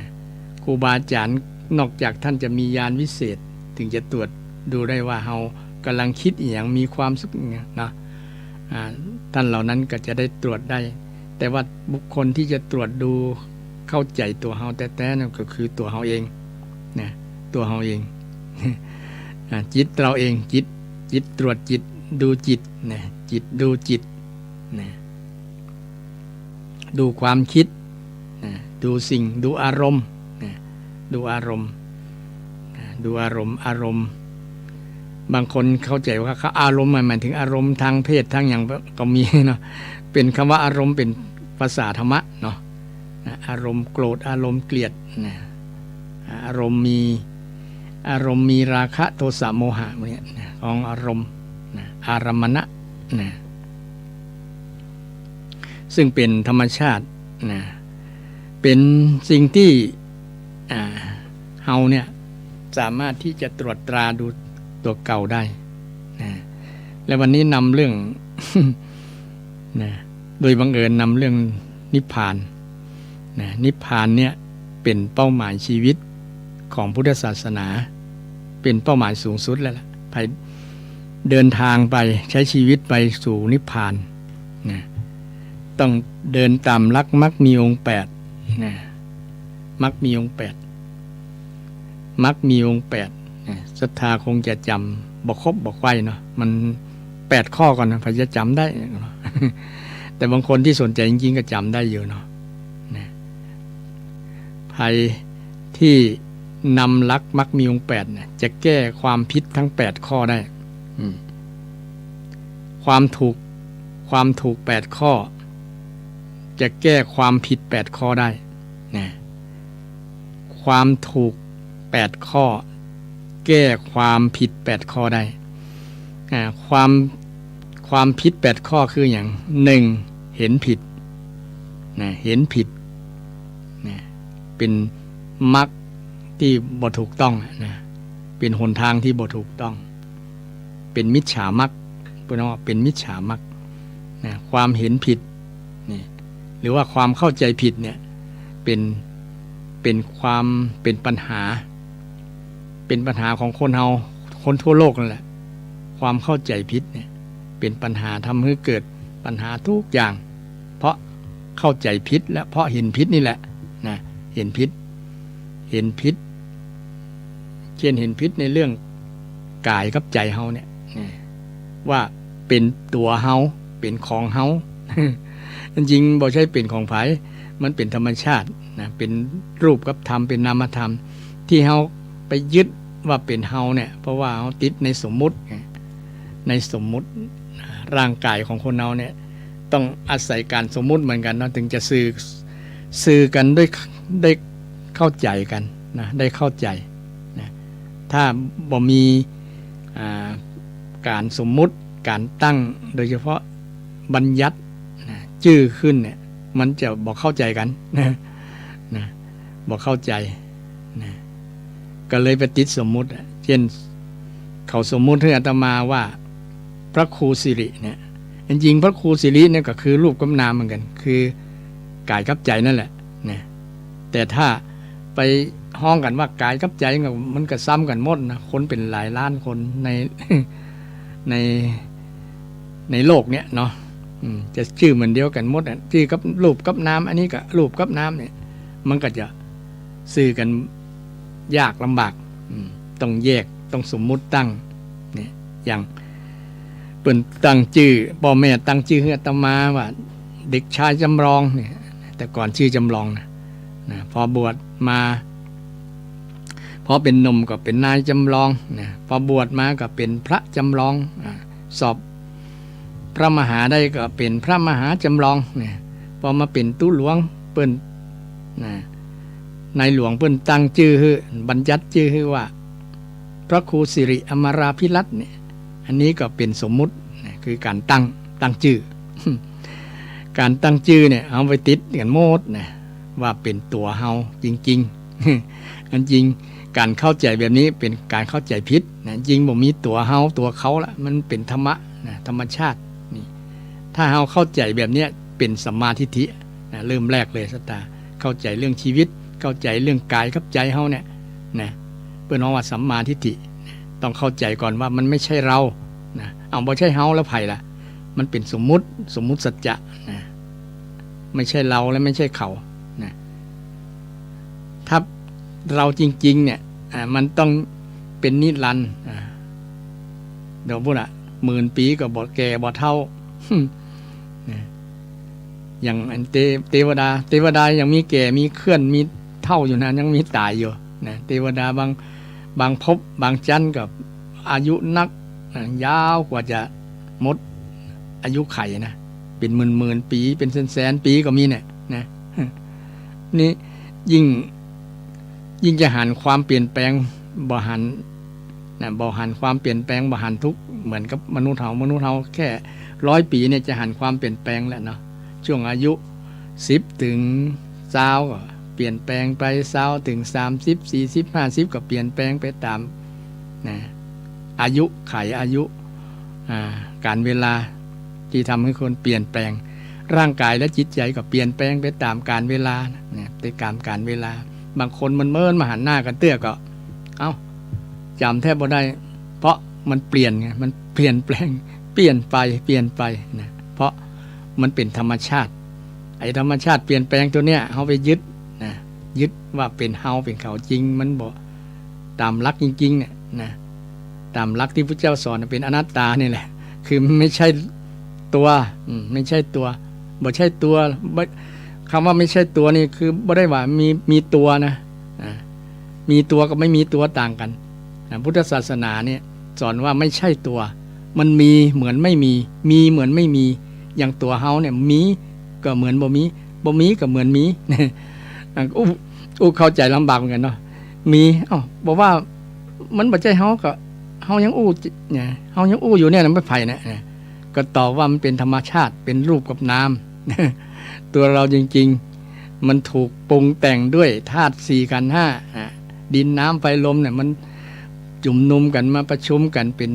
รูปกับกายเฮาเนี่ยกว้างศอกยาววาหนาคืบเนี่ยแหละเป็นธรรมชาติเนี่ยถ้าเราเข้าใจชีวิตกายชีวิตร่างกายจิตใจเฮาแบบเนี้ยถือว่าสัมมาทิฏฐิแล้วนะเกิดสัมมาทิฏฐินะแล้วปัญหาต่างๆก็มันก็จะคลี่คลายไปหมดเลยบอกว่าจะเป็นอย่างต่างๆละต้นนะ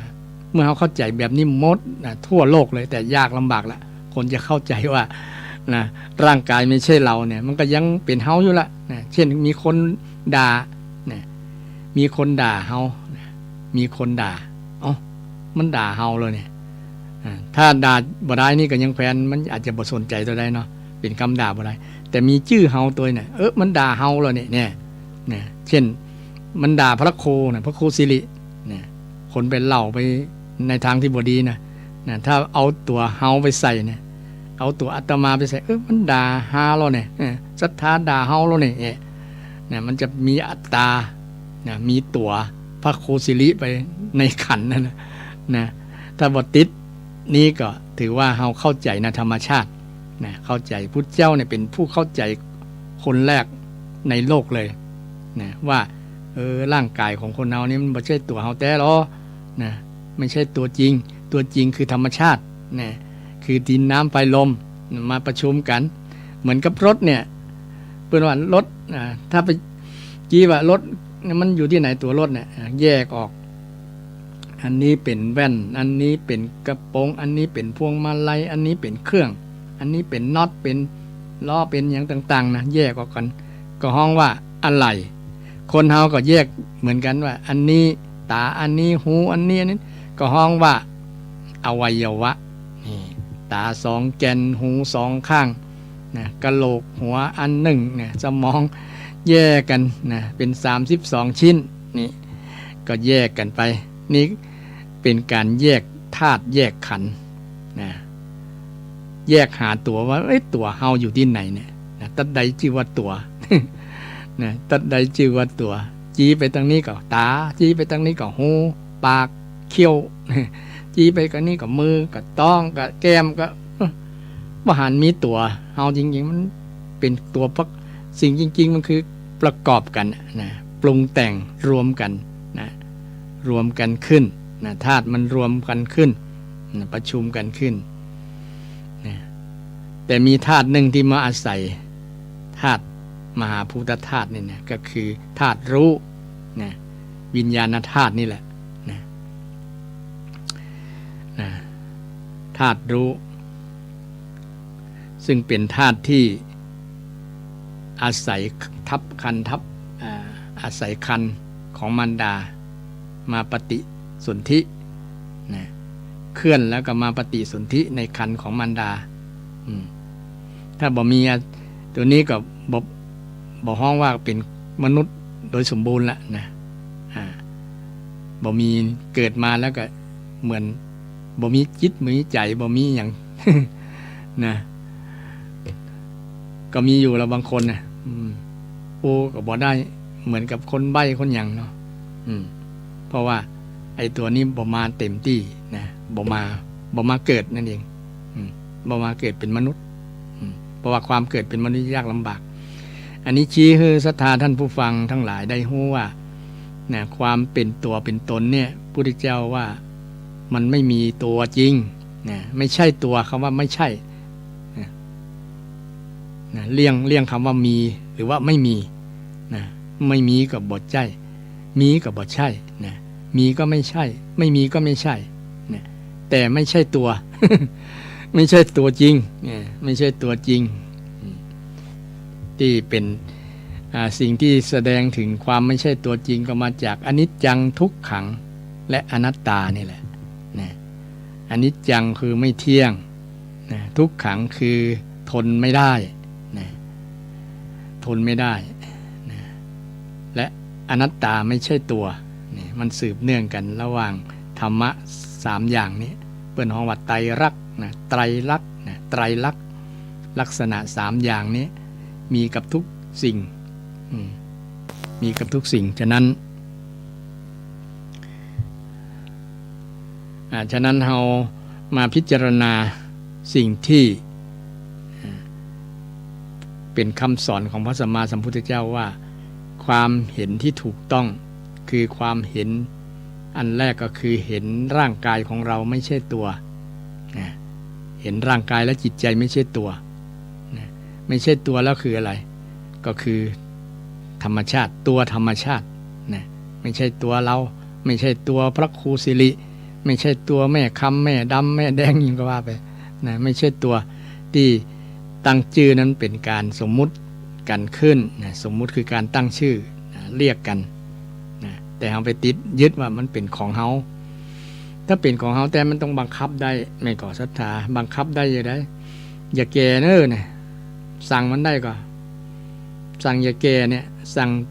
ร่างกายเฮาเนี่ยอย่าแก่นะผมยังงอกนะเนี่ยตึงสั่งบ่ได้นะมันต้องแก่บ่แก่อย่างหนึ่งกับแก่อย่างหนึ่งละบางคนแก่แล้วผมงอกแล้วก็ไปย้อมด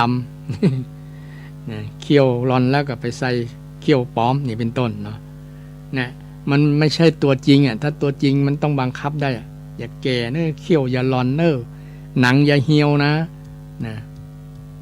หนังตาอย่าย่นนะไฟฟ้านะอย่าเกิดอย่ามีนะอันอย่างต่างๆที่มัน เกิดขึ้นกับร่างกายเนี่ยมันบังคับอะไรมันเป็นธรรมชาตินี่ถ้าเอาไปยึดว่าโอ้บ่อยากแก่เลยเป็นทุกข์ทันทีไปยึดในขันธ์ยึดในกายนะยึดในร่างกายไม่ก็สัตตาตรงวันนี้คนยึดร่างกายมันเป็นทุกข์โอ้แก่แล้วปี68จะผ่านไปแล้วแก่ปีแล้วเนี่ยทุกข์ละจริงก็เป็นธรรมชาติของการเวลาเนาะ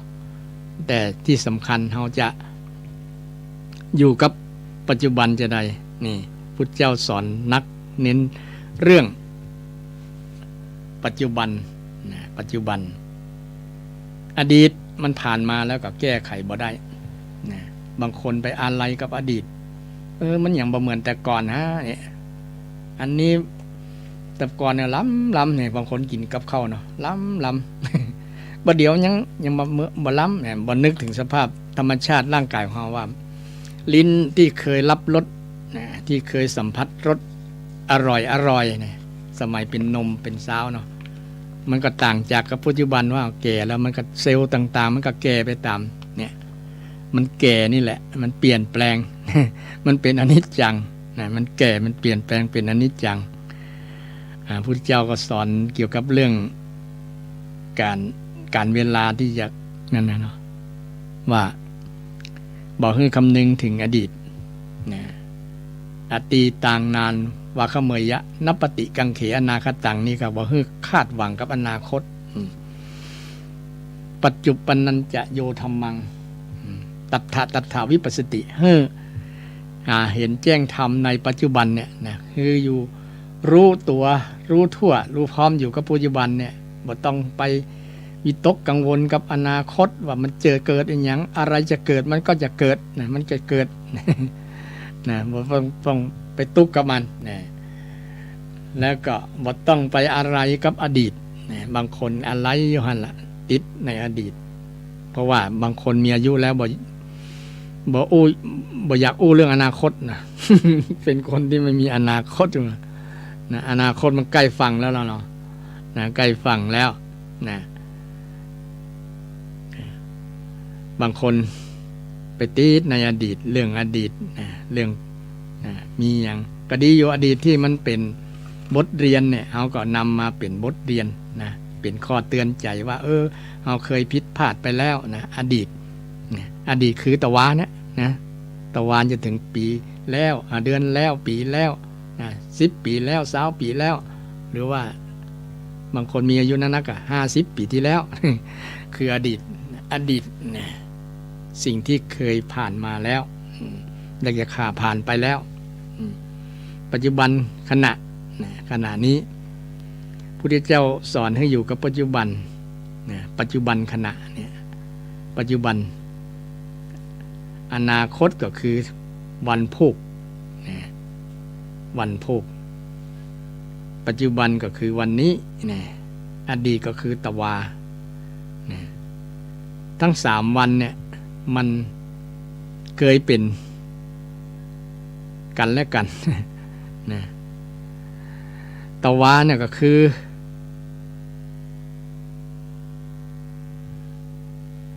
วันพรุ่งนี้อย่างตะวานี่ก็คือวันนี้อนาคตในวันนี้ วันซึ่ง เป็นการเวลาเป็นสิ่งที่สอนคนให้ได้ใช้เวลาอย่างที่อาตมาได้กล่าวในเบื้องต้นเนาะใช้การเวลาพระพุทธเจ้าเนี่ยใช้การเวลาอย่างเป็นประโยชน์เช้าบิณฑบาต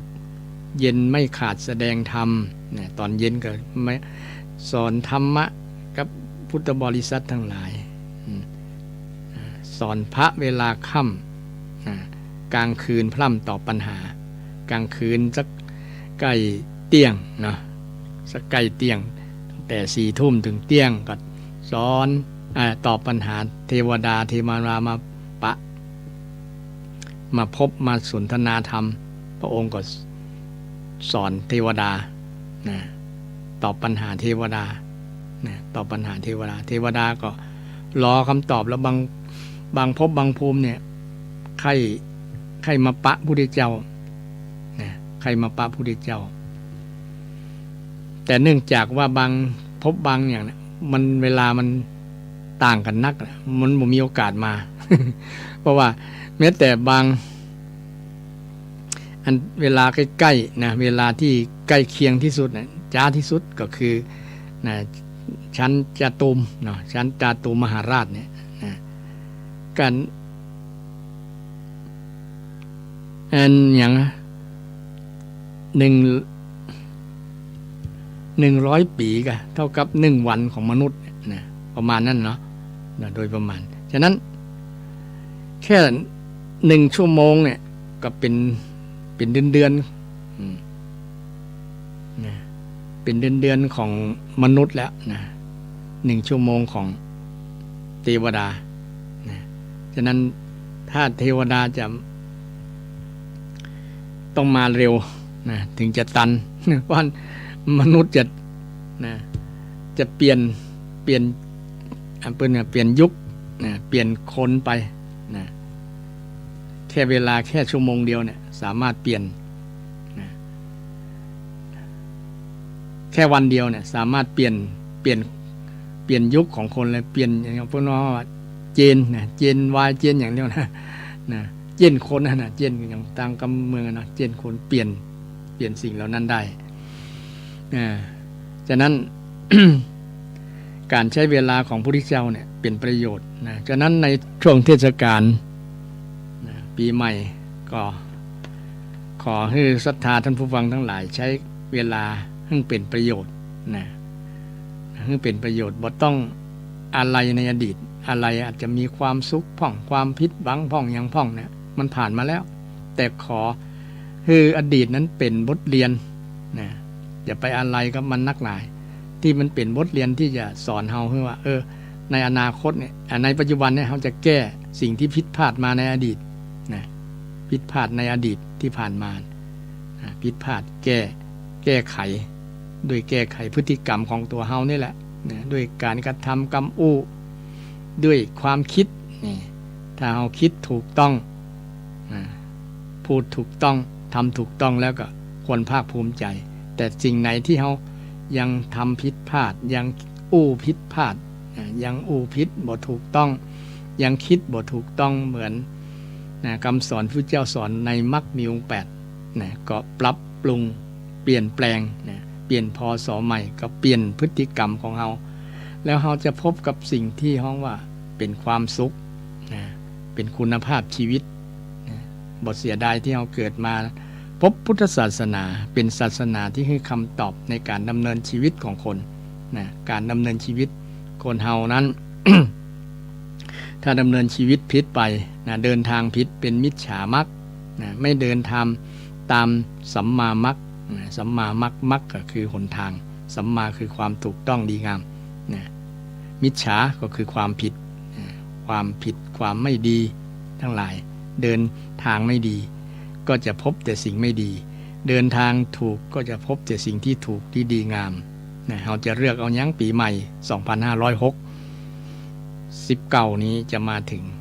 ก็ขอฝากข้อคิดธรรมะคือศรัทธาใช้ชีวิต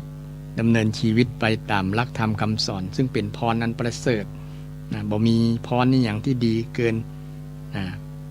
ธรรมะคำสอนของพระพุทธเจ้าแล้วพรที่จะสำเร็จได้ด้วยพฤติกรรมการกระทำกรรมอู้ความคิดของเฮานะจะเป็นสิ่งที่เฮาท่านทั้งหลายนำไปใช้นำไปประยุกต์ใช้กับชีวิตของเฮาเพื่อให้เกิดประโยชน์สุทธิผลเกิดความสุขความเจริญอู้มาอู้ไปกับหมดเวลานะขอนำรายการจากท่านผู้ฟังไปก่อนพุทธหน้าปะกันใหม่เจริญพร